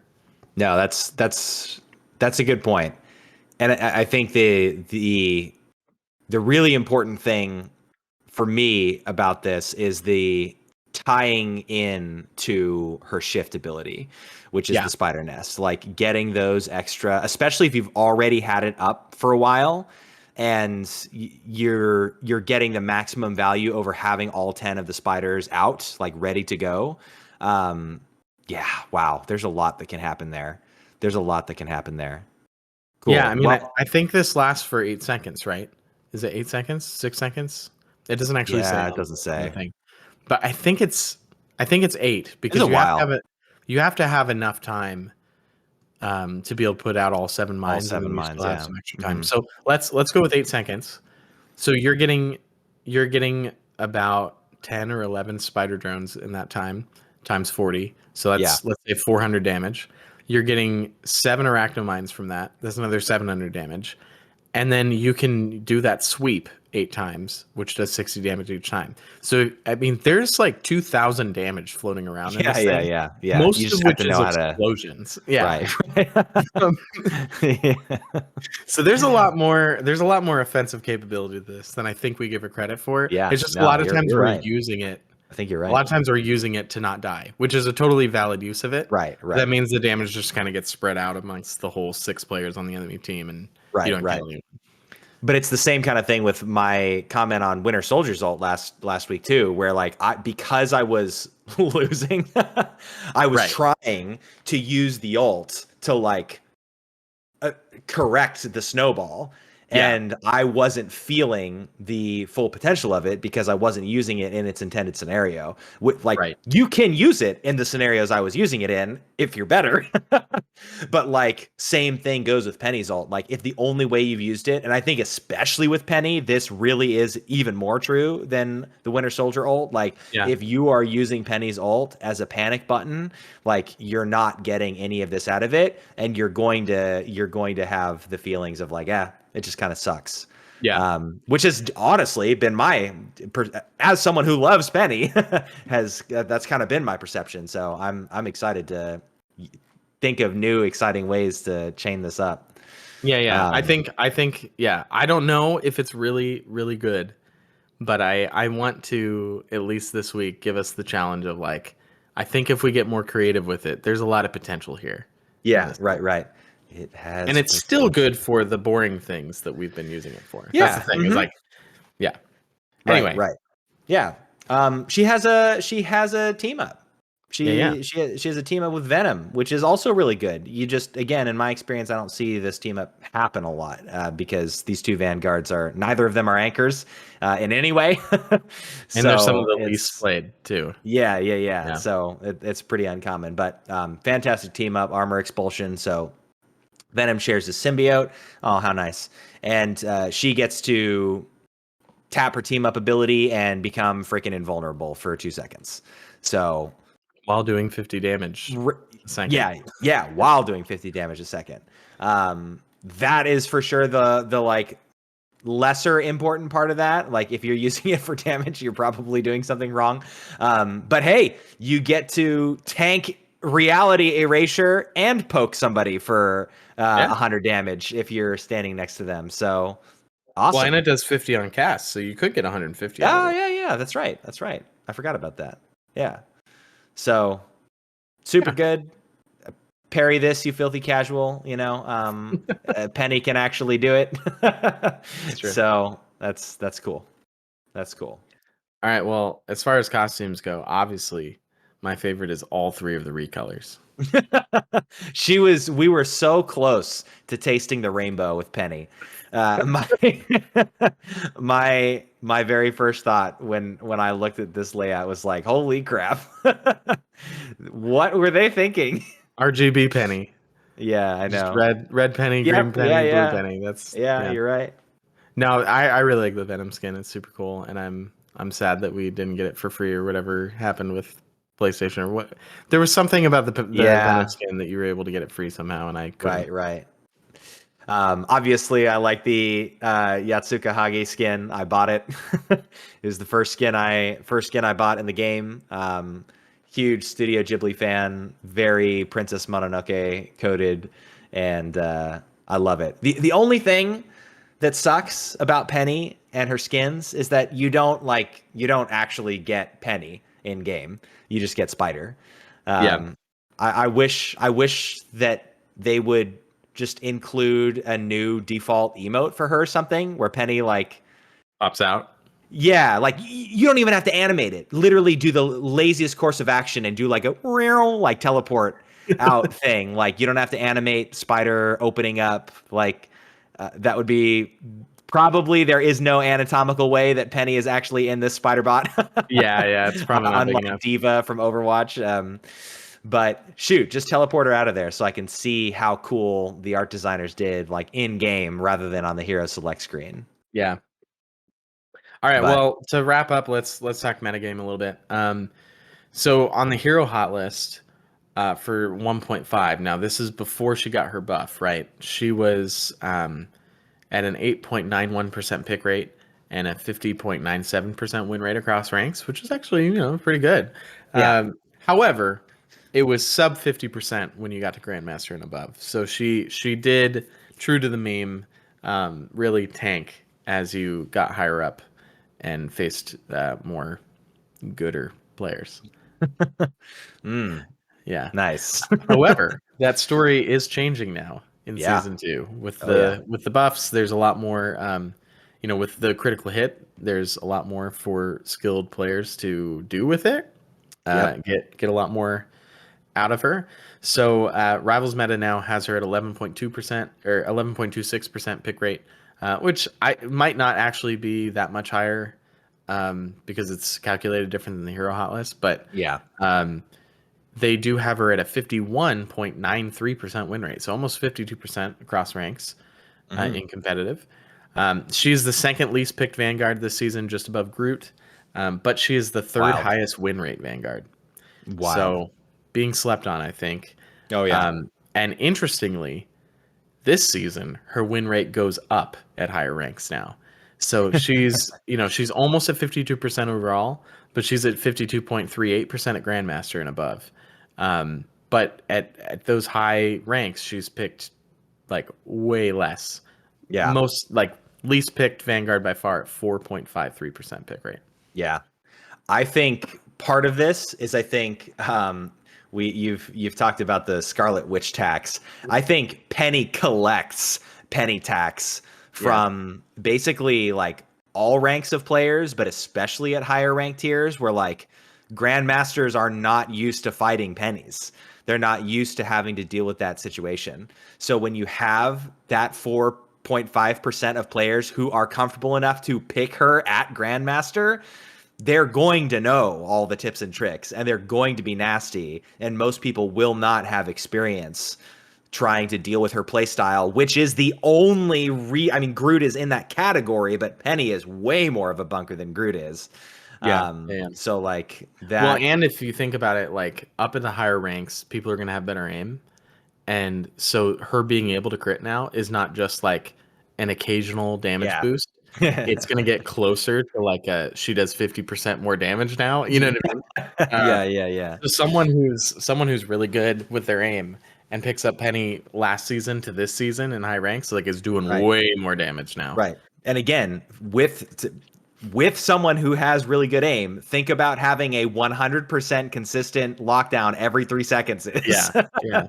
Like it's absolutely crazy.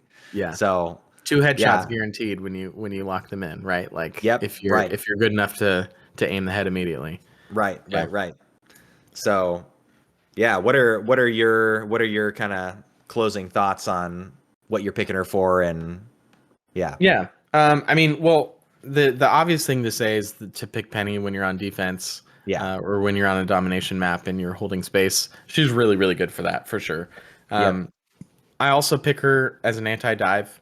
So, if the other team is doing a bunch of dive, like she really makes that hard, if not shuts it down, depending on how good they are. I've seen people get through it anyway, but it does slow them down and they have to be thinking about it and stuff like that.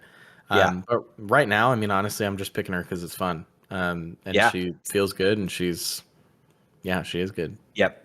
100% agree with those three. Those are my first three takes as well. Just to add on to your final point about just picking her because she's fun, though, like the assumption, again, because people anchor her identity and her shift, the assumption is that when you're pushing, like you're not going to get as much value.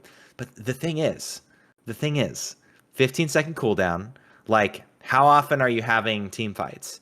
If you just make sure that thing is always off cooldown while you're pushing, like being able to drop that thing, like calculate quickly, pick the best angle for where a team fight is about to happen, set it up as you're pushing the payload, and just decide we're going to commit to forcing this engagement and making this team fight us and die right now with this advantage. Like the bunker doesn't need to be the like stationary objective, or like the wall against which the enemy is pushing. Like the bunker is just wherever you decide it is. So, well, and most of the time it's not even 15 seconds. If you're making a push and you're actually moving, then you're just picking it up and putting it down immediately because it's at full health, right?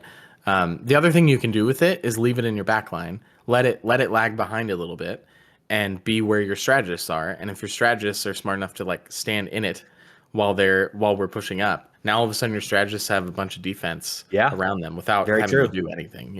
Congratulations, you're peeling for your backline while you're freaking forbidden jutsu dashing. While you're halfway across the map. Your backline is protected while you're literally face first in their backline. I really want to try flank Penny. That's something I want to try so bad. Me too, dude. Right. Jumping trapdoor spider Penny. Let's go. All right, well then let's get to the mailbag and Reddit takes so that we can go play Penny. Yes.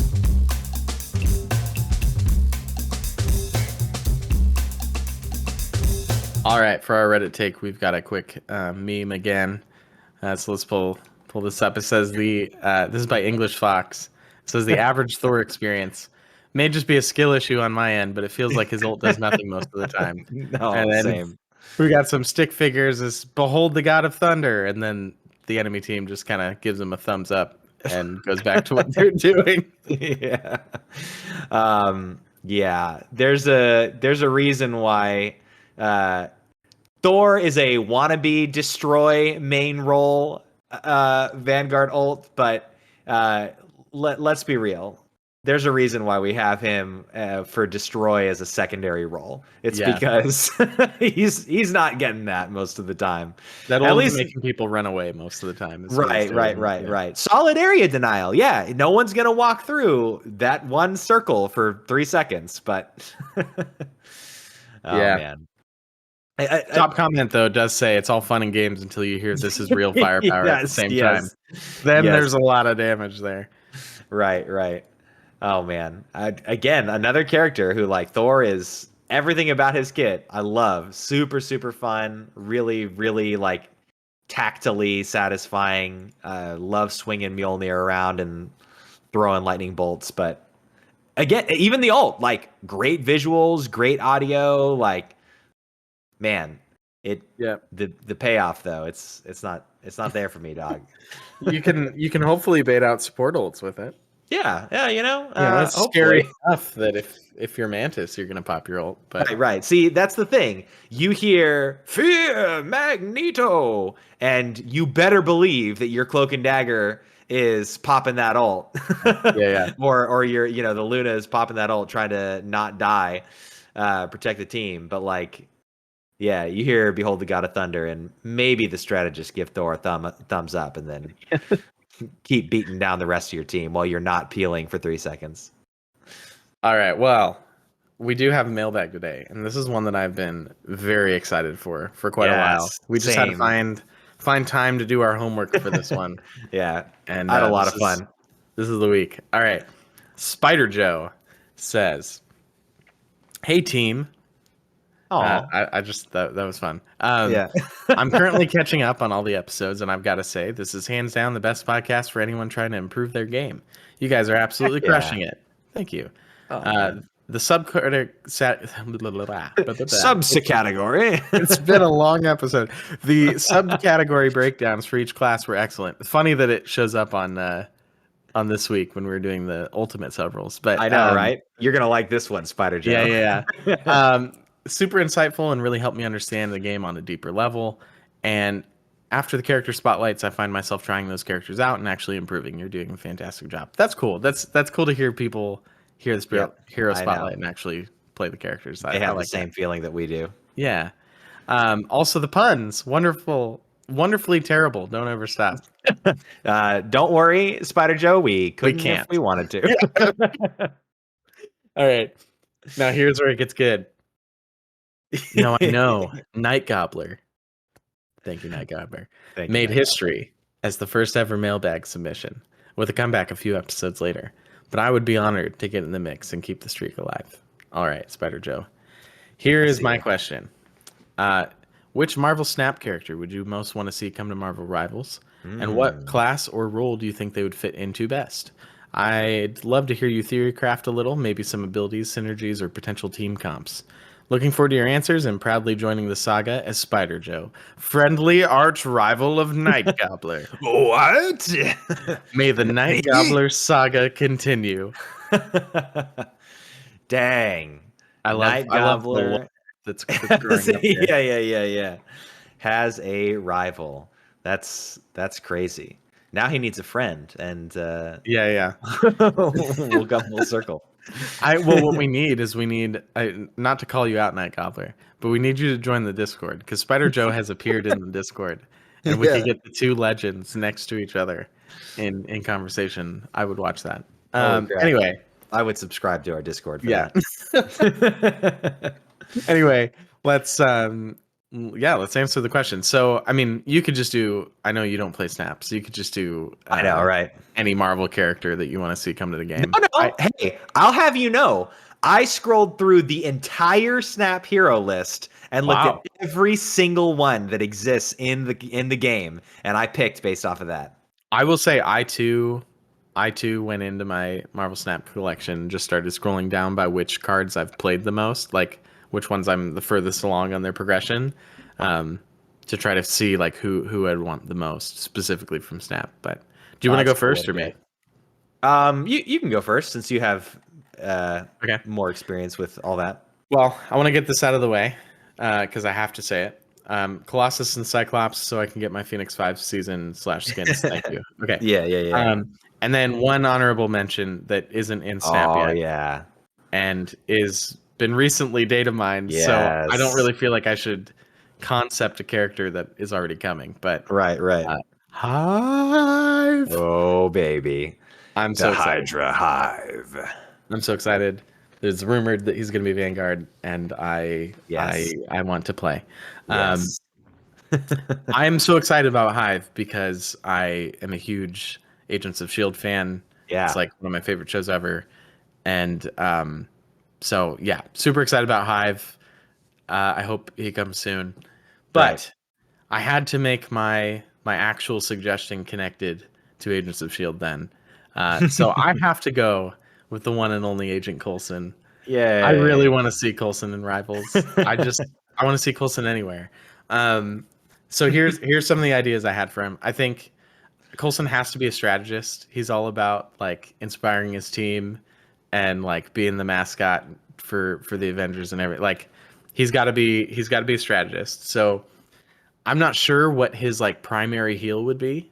Um, I don't know. I feel like there's less unique ways to do the like primary healing than there are for the other abilities. Like, Yeah. is it a gun that heals allies and hurts enemies? I mean, we have some of those. Is it, like it could be Yeah. rocket where one does attack, one does heal, but we have that You too. can So throw healing grenades. yeah, I mean, there's who knows what the main one would be, but um, the main idea I had was to have him be like a bard kind of type character if we're going like RPG classes, right?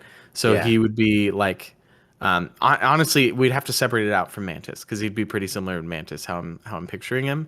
But I Yeah. was thinking maybe for one like main heal ability, what he would do is he'd have like a Luna guard type thing, like how Luna has that snowflake she can put on people. Mhm.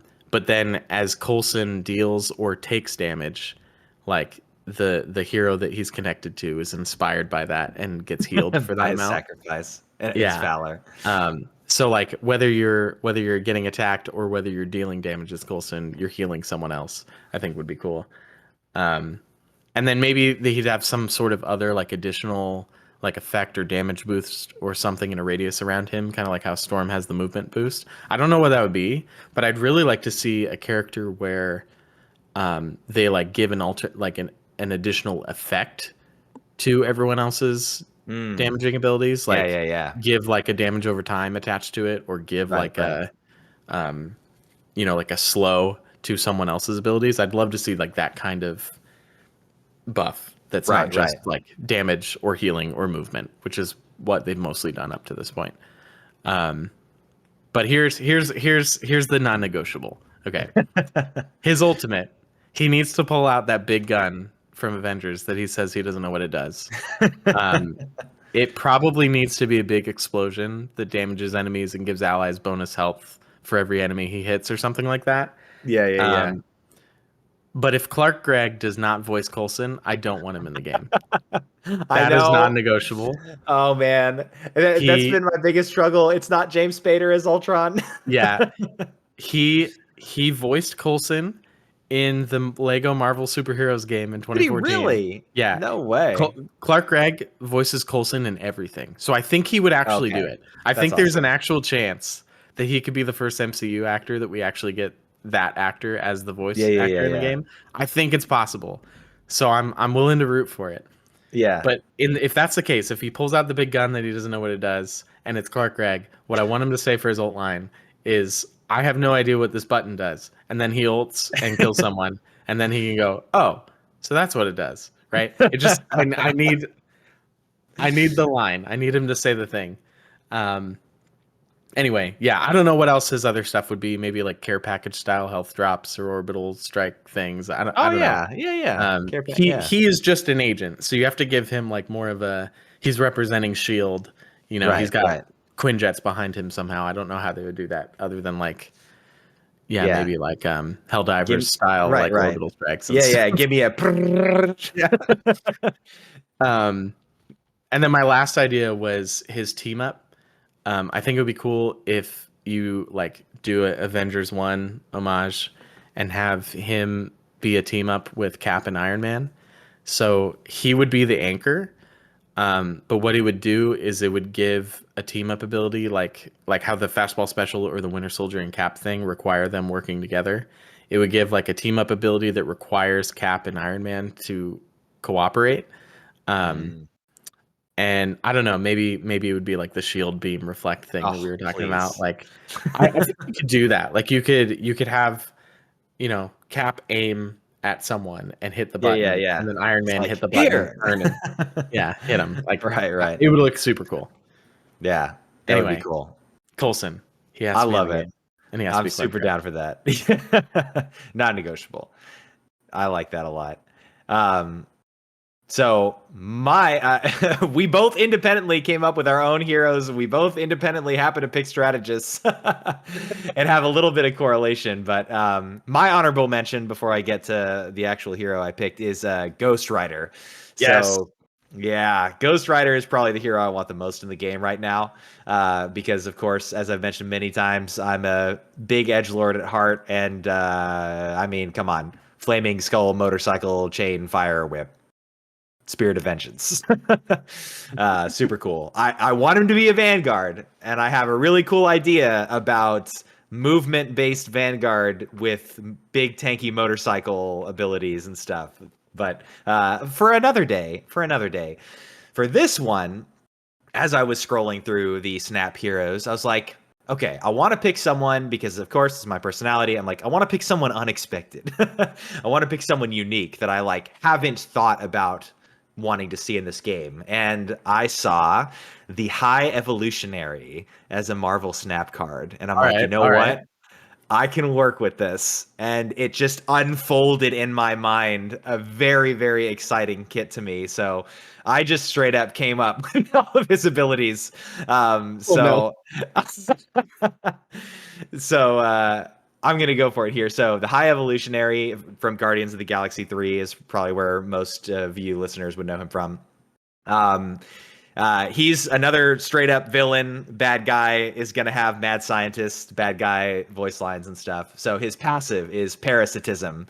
So he deals damage with his primary, which I'm calling genetic drift, to acquire mutations. Mutations decay over time. Okay, all right. I'm setting it up for you here. So his primary, genetic drift, he deals increasing damage over 2 seconds. If his target receives the full damage, he gains 1 mutation. So he's targeting a hero and slowly siphoning this genetic information out of them. And if he's able to stay locked onto them for 2 seconds, he takes a mutation and he gains a charge. So the rest of his abilities are about spending these mutations. So ability 1, symbiosis. This is his bread and butter heal. So he spends 1 mutation to trigger an AoE healing burst on a friendly target. So he can select a friendly target, spend a mutation, and it does an AoE healing symbiotic explosion that heals it and targets next to it. His second ability is Outbreak. So he can spend 2 mutations to do the same thing, but the inverse to an enemy. So he triggers an AoE damage over time burst on an enemy. So if a team is deathballing, you spend 2 mutations to create this plague explosion basically that infects the enemy team and does consistent damage over time to them. I just realized if you gave it an epidemic style ability, I hadn't thought about what that would be like in a hero shooter, but the epidemic style abilities where if 2 characters are one gets poisoned, if they're close to another character, they spread it to them. That would be the most diabolical thing the devs could do to just destroy the community. People, can you imagine being upset at someone because they stay away from me? Which would be so cool for that role of sowing discord. But ability 3 is adaptation. So no matter how many mutations you have, I don't know what the cap is. I think it's 5 in my headcanon. It's 5 mutations. So you use adaptation and you spend all of your mutations to decrease all cooldowns of a selected hero by 1 second per mutation spent. This ability would have a cooldown. You wouldn't be able to just acquire mutations like rapidly. I don't think. Yeah. I think it would Yeah, need to be balanced by cooldown, so you can't just like constantly be refreshing. I don't know what would be the worst thing to constantly have off cooldown, but Penny's lockdown. yeah. Web. Firebolt.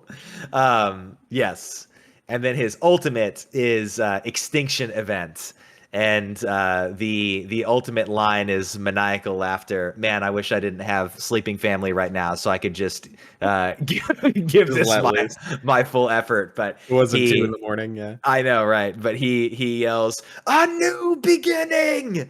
And then he does an AoE health drain effect on all enemies within a certain radius around him.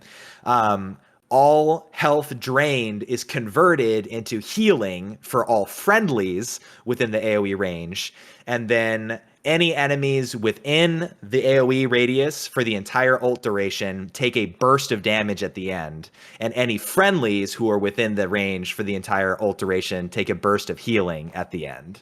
Okay. So it's about siphoning health, damage, healing, like all of it together. Yeah, that'd be nasty with like a Groot ult attached to it or something. Yeah. And then his team up is pretty dirty. His team up is with Rocket. And it's called P13 Perfected. So Rocket gets an ability. One of the things I was thinking about is that we mentioned how like strategists never get abilities for like them to use in their team ups. So Rocket gets to activate P13 Perfected to grant himself an overshield, a damage boost, but he slowly depletes his health while P13 Perfected is in place. This would be perfect for my no heal Rocket. Yeah. So Rocket gets like the high evolutionary pushes him to his like most aggressive side, but it's like hurting himself because it's going against his personality. I want this. I'm sending this to Netties, man. I feel really good about it. I want it to happen. Yeah. That's awesome. Dude, this was such a fun question to be given. So thank you, Spider Joe.